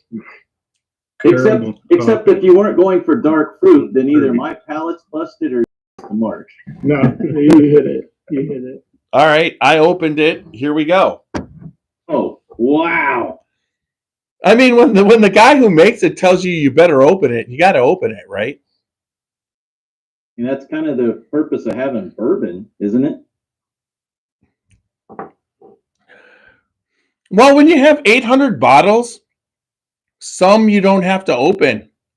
Yeah, but this one is one you want to open. Well, I just did. Yes. So, yeah, definitely different. There's a little bit more of the wood. Yeah, more spice. It should be more spice on that. Yep. On the Kiowa. Yeah. It's so it's funny because there's always what I'm looking for on my palate is I love the fruitiness of some, and I love the cherry, I love the caramels, but then there's that just what bourbon should taste like. It's got the oak, it's got a little bit of caramel, but it's not too sweet. It's kind of what when you walk into that rick house, and it's what you smell. I mean, usually when you smell bourbon in a rick house, you smell all that whiskey aging. There's not a lot of sweetness. You don't smell cherries. You know what I mean? There's just that odor with the oak and the whiskey. And then that's kind of what I always look for in just that bourbon aspect. But then spice has everything to do with it, and how much pepper, because sometimes, do you agree with this, Dixon, that if it's too peppery, it will affect the flavor, that you can't taste the flavor because it's stinging? Oh, 100%. Yeah. And I mean, there's some people who absolutely love having their tongue activated. It's probably because all their taste buds have already been burned off and they got to taste something, right? But, I always find it funny when someone just rips on an 80 proof, or someone says, this is 90 proof. I wish this was a higher proof. I'm just like, you guys, there's taste at 90 proof. It's like. And are both of these blends 104, Dixon? Is that what you said? Yeah, 104. Yeah. So how did you come on 104? What made you decide 104? Were you just? There were kind of two parts of that. One, the liquid kind of dictated that. It's a low entry proof, and by default, the way we age it, it's a low exit proof. So, but I felt like 104 with the Phoenix, which was the first one I did, was like what gave me all the mouthfeel, viscosity, and weight I wanted. It kind of took a little bit of the ABV off the back end, a little, so it just made them really, really, really weighty, but also very drinkable. I found myself, maybe like a lot of people, like there was a time I was like, only drink 120 plus proof. I want the proof. I want, I'm not now I tend to look for things that have weight and movement and complexity on the palate, but that aren't these like overwhelmingly boozy bourbons on the back end. Like I want a tasting instead of taste heat, and that's kind of where I landed with the first one. And so I tried it with the second one, which was a completely different profile, much spicier profile, but it just hit, and I was like, that little bit from 110 to 112, knocking that down to 104. It just, to me, it's still big enough. It drinks like a full flavored bourbon, but it doesn't have it's not, doesn't hurt you, I guess is not a technical term, but so just walk through quite as much going down, but the flavors, you get such a good mouthfeel on it, and the flavors just last. I mean, so I think you take that down, you add a little water to that or whatever, and it's not as intense, and so that was really where I found it to have this like really nice sweet spot where it's really drinkable, really complex. Like it showed everything you wanted to show, but there wasn't this overwhelming, alcohol component on the back end. So because each sip, I'm getting different flavors on the finish and throughout it. So I totally agree. So you hit the sweet spot on it. So my question, so that's a two-part way of blending. First, do you blend all at the barrel proof, get to that, and then you proof down? Do you have multiple barrel proof blends that you then blend down to see which one blends down the best? Yeah, so sometimes I'll have one that I really like. You take it down and it falls apart. It's funny. You go like talk to the big producers, big distilleries. Their sensory teams, their panels, they all approve everything at 40 proof or 20% ABV. So even something like something that's going to be bottled at 110 proof, they will approve it at 40 proof. They cut it down. That's where they say they can find flaws, and because maybe I don't understand the way they operate, or maybe I'm just not smart enough. Like, no, it just never makes sense to me to say, oh yeah, I'm gonna prove something at any other proof than it's actually gonna go in the bottle and be in front of the consumer. Like I don't understand that. Yeah, but we're totally different type. The bourbon drinkers who drink the small batches and whatever are so different than, I mean, honestly, when you're talking Jim Beam and you're talking Jack Daniels and you're talking about the people who drink it, and I get a little bit of it because I know the liquor store owners, but the stuff that sells on a day, the guys that are buying a bottle of Jack or a bottle of Jim Beam a day, they want their consistency. I mean, I was at the store today and the guy's like got a fifth in a plastic bottle of Jim Beam. He ordered Jim Beam in a plastic bottle. He didn't want it in a glass bottle. He said he hated it. He just was like, I don't want it. Nope, don't give it to me in the plastic. And that's what they're shooting for at that point, right? Absolutely. And that's like 80% of the industry. It's more than 80%. Yeah. And I totally get that. I guess my point is like, I always, looking at this and like looking at these, like I'm only going to evaluate it like at that. So I finished the Phoenix blend and I was like, this is fantastic. And then I split it out into like 6 different glasses and added different amounts of water to it.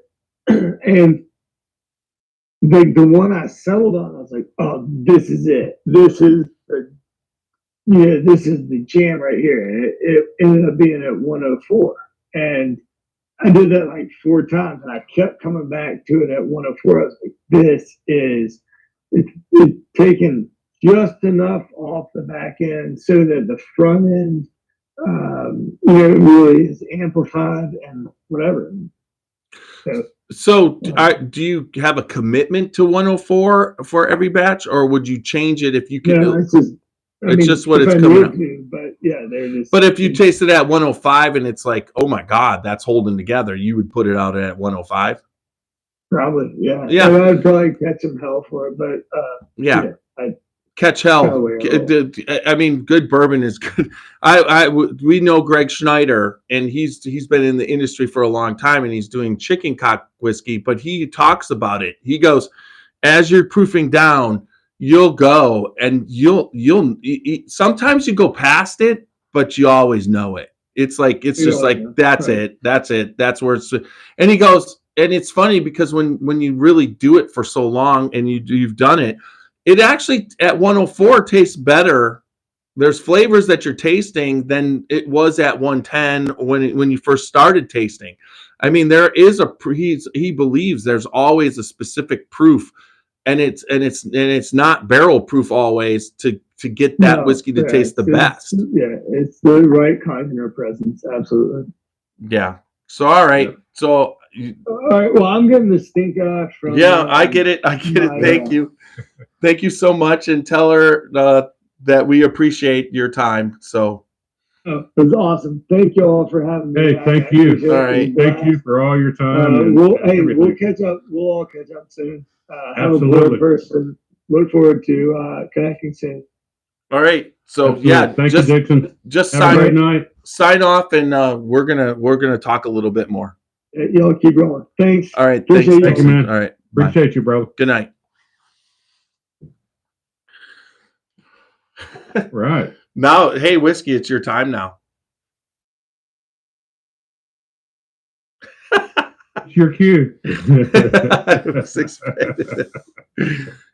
Notice I've become fluent in American Sign Language. Hey, you did a good job tonight, though. You got your question in, didn't you? Not really. I had a comment about the parallels between wines and bourbons, but I mean, that's just the way I feel. The parallel between wines and bourbon? Yeah, I agree. The wine industry and the bourbon industry, the bourbon industry got it but they got it from the wine industry. There's no doubt. Those experiences. Any of you guys ever drink Pete's Wicked Ale? Yes. Yuck. So Pete's Wicked Winter Brew is one of my all-time favorite beers. Oh. And I literally would go out at winter and buy like 4 5 cases, and then I would have Christmas in July with Pete's Wicked Winter Brew. Why? And because it was amazing. So they got scooped up by Gambrinus, and because they were the first craft brewer to achieve national distribution. And like 12 years later, Gambrinus closed the brand and shut it down, even though they'd paid huge money for it. Yeah, because it was competing against their stuff, and it's too hard to make. Well, it was competing against all the other craft brew brands that had popped up. Yeah. And the sales weren't where they used to be because people were in a frenzy trying all these new craft beers. Right. It's not a dissimilar parallel to what we're seeing in bourbon. So, I mean, bourbon's got, I think, people are still but didn't phrase that is now pretty much over. mean, craft brewers are closing their doors and going bankrupt. Unless they're good, Yeah. like Trogs. They are. They okay, like any other industry. There's craft distillers who put it out. Like Fatheads still has a restaurant. They produce their beer. And when you drink their beer at Fatheads, although I hate their fucking service, I hate their liberal agenda, I still will sit there at the bar when I'm picking up my food and have one of their beers and sit there and go, this is fucking good. I mean, Bumbleberry or whatever. And so craft, but like anything else. James Knuff says spotted cow. I mean, Hey, the ultimate craft. Tiny, wait, when you order Bumbleberry from Fatheads, did you say you order Bumbleberry? Yeah. Are you wearing your wife's jeans when you do No, that? I wear my jeans. Yeah, My torn jeans. He wore his. So what did you think of the Kiowa? Whiskey. Oh, you're talking to me. So my honest opinion, Yeah. it's smooth, but there's something in this glass that I don't love. All right. So what did you think of the Old Stubborn Gold? What? He's got Old Stubborn Gold? I gave him a sample. I drove up there. I can't drive to South Carolina. Yours is coming, motherfucker. There is a mill. There's those little bags that's like Let me resolve this issue. little 2-ounce sample. Dude. Oh my god. Dude, the gold is. Should I just get the bottle? I No, think I don't that wanna see was the one of the coolest podcasts that we've ever done. Don't you think, Sample. CT? No, the audio was horrible. Yeah, his was Yeah. going in and out. Our audio was Yeah. fine. But he did a lot It of was- talking. it- and it was Yes, horrible. except for the fact that on the audio that I recorded, you could get what he was saying. I was listening through what the microphone was picking up. Yes, it was tough on Facebook, but nobody complained. That's because only I so many wanted to people complain, but I watch. didn't want to piss I, all th- over the I thought it podcast. was. I thought it was only going out maybe like in the first hour, but the last hour it wasn't going out. It was going was out so bad. even when we were on at the end. If he leaned forward towards his Yeah, phone, I know. it got I was better. well aware of what was going on. I tried to help I do him. not think that was one of our better podcasts as far as that one. I think as far Yeah, as the content, technical on that one sucked balls. what? Agreed. I said the technical on that one sucked. What balls. can I do about his microphone? Are you like ripping on Tell me? him to take his AirPods out and use a microphone. Yeah. Probably next time it would be like, hey, don't use AirPods. Just listen through his phone would have been better. Yeah. Just to Well, be. if I was running, this I'm not thing, gonna. You guys I can. would send. I would You can send suck an my email dick. out and You all say, can suck my dick. for Yeah. best Okay. audio, Yeah, for best Mister. audio. If I was running this thing, Mister for Super best- for Nash, best I'd be like audio, saying, this weekend you just- need to string the because we audio. have technical problems. Hey. Just make sure you don't use any kind of AirPods. When did or, what happened to if you? have a microphone. What happened to you, Nash? You were like gone for like 20 minutes. Oh, I had technical difficulties. I lost all audio. I swear to God. Yeah. I went to adjust my volume because it was so loud. You know, you guys are making And I me thought- feel like Kenny Coleman. You and I are. was sitting here trying to get it back until finally there was one little click. It is called spatial audio that had cut off just because I adjusted my volume down just a So little bit. James Knuff said audio was a miss, but awesome guest. You did your best. Thank you, James. Who am I Oh, going to come on, replace? James, Don't lift James, him up I'm going to like that. replace you with. Do you want to audition for the Scotchy Bourbon Boys? Do you want to audition for the Scotchy Bourbon Boys to be the audio video controller? Yeah. I don't have any control over that. Over the Yeah. guest's audio video. I don't. What? Why didn't you, hey CT, why didn't you tell him to take out his AirPods? Something Hey, you gotta do before. you know- What? You know what? I was just looking last night while I was sitting there before I went to bed. For like our live podcast when we go on the road about a new audio controller board for you instead of that little bitty square box that you always have problems plugging everything into. I don't know how to use those audio controllers. I do. I don't Oh have. my god, I was So okay, so if you're gonna get me an audio controller box, I'm all for it. You can buy it for me, but what has to happen is you have to come up for the training. yeah, I'm good. with that. Tell Sherry you got to come make a trip to the Scotchy Bourbon Boys studios for I training. am master of my own domain. So I have to talk to, who are you talking to at Stolen Wolf for your thing? I got to ask them if I can come film you there. hold on a second. I'll tell you. Do you hear that? Do you all hear that? Did anybody watch the Tom Brady roast No, but on Netflix? I saw Do you a watch couple- that, CT? I saw a couple of things on it. No, I didn't watch it. You guys I should. heard about it. Hey, did you watch that, Carl? Oh You my guys God. go on Netflix and watch it. I wished I wouldn't even looked at my email just now. Why? Because I got like 2 emails during the podcast, and I just now read what it was. It's for something I ordered from my fire equipment company that's being delayed. That I'm My wife filed my son's city taxes on time, and she just got it sent back with the right address and PO box that was on the thing saying "return to sender." Motherfuckers. Oh, I think the Kiowa blend's better than the Tribute blend. Who thinks that? Yeah. Well, whatever one I had, it didn't do it for me. This Old Stubborn 2 is pretty good. It's got that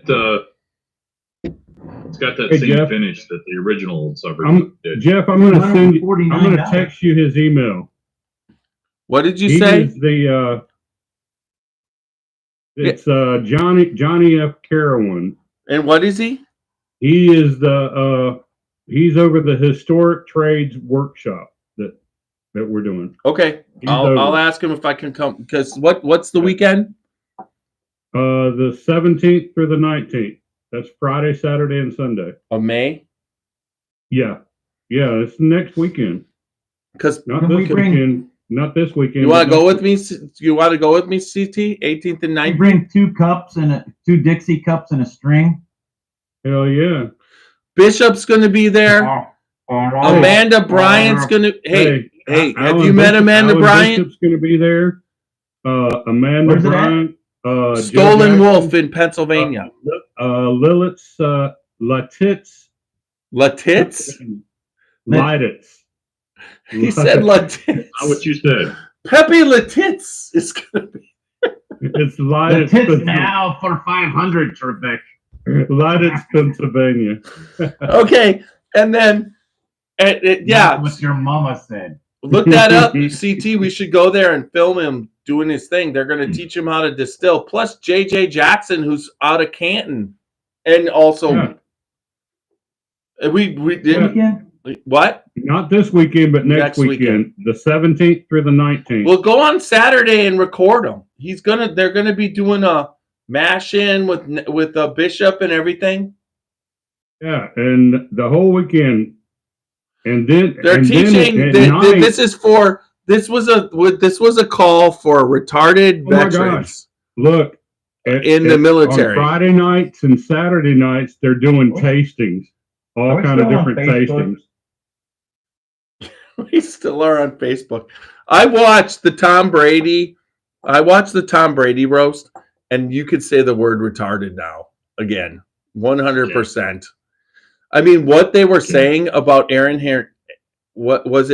Hernandez was insane. His widowed wife lost her crap. They had Brady, Gronk, Edelman, and Belichick there. They had Randy Moss there, and then they were roasting with Jeff Ross. What's Kevin Hart? I mean, but it was like exactly what you would expect the evolution of a roast to do to get to 2024. Because, remember the roasts from the 70s? The roast of Richard Dawson, or the roast of Burt Reynolds, or whatever. And imagine what you would evolve it to. They delivered. It was the most effed up comedy that I ever heard in my life. They just kept referring to Rob Gronkowski as retarded. He was one right after another. And then Gronkowski got up there and wrote some jokes, and it was pretty funny. But Belichick's. Oh, I heard one of the jokes he was talking about. He said, "Oh yeah, I never heard so much roaring in the Kansas City Chiefs before, but I guess so, since it was coming from a lot of 14-year-old girls." talking about all the Taylor Swifts.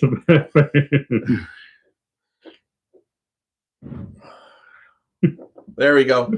That's how I'm podcasting from now on. Put your toys away. Hey, Nash.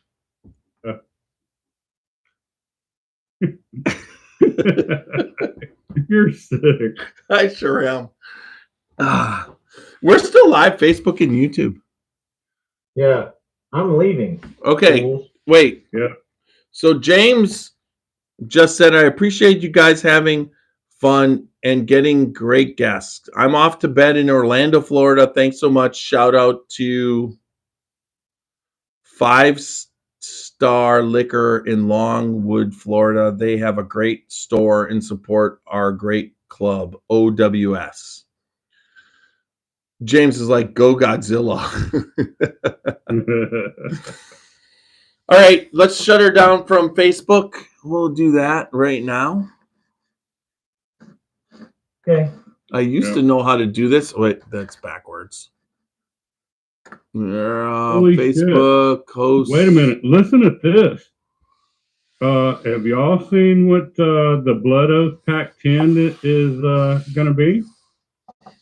I'm looking at the new label right now. It's finished in Cabernet Franc and Merlot cask. And that's the one that he said that absolutely is the best one he's done. So he basically did his blend and then shoved it in casks. Yep. He finished his Cabernet blend. Franc and Merlot cask. How does he then do both? Then blended those together. So he blended them all, finished them in 2 different ones, and then blended it again? Yeah, 2 different wine casks. Double blended. Yeah, double blended. It's a new thing. Yeah, double blended, double oaked. He should then put them in. Then he should put it in a new French oak cask to finish it off for the finishing of the finishing. They're gonna call it the quad barrel. The quad barrel. There you go. No, they're gonna call. They're gonna call it. They're gonna call it. This batch is called CT's Guns. I was getting ready to start a new company called the Quad Barrel. No, no. If you're gonna start a new company, call it CT's Guns. Let's start a barrel. Let's start a company called the Quad Barrel, and there you go. And there you go. And we finish everything 4 times. Yeah. It's kind of like an Easter egg. You just keep dipping it into. Do you know how bad? Just think about this, CT. Think about how much fun you have searching and getting other people's bourbons. If we would decide to actually do a brand, it would end all that. It would suck. I'd still do it. You might still do it, but you won't have time to do it. I'd still do it. I'd totally do it. There's no way. You would I would have you so exhausted for tasting blends and bourbons by the end of the day, you wouldn't want nothing to do with whiskey other than our whiskey. Hey, Walker says, can somebody bring me back a little tits? A little tits? A tits now? With a short, a lit A tits. shorty. He wants a lit its. A lit its. Would you like to have a That's the name of our brand. Latites. Latites Petites He Bourbon. wants a Latites. We Latites Petites. We'd be the Latites Petites. Oh. Hey, Walker, I can't because my wife's going with me. Where? Neither can I. To Latites. Latites. Oh, Latites. Latites. you fools! I gotta go. Okay, I'm taking us off All right, man. Facebook. Stop. Here, CT. Good night, everybody. gone? We're off Yeah, Facebook. he's still here. He's listening to all the bullshit. Carl, are you there? He's working. I am. Why are you being so He's quiet? been working. Well, I got a big presentation tomorrow at 8.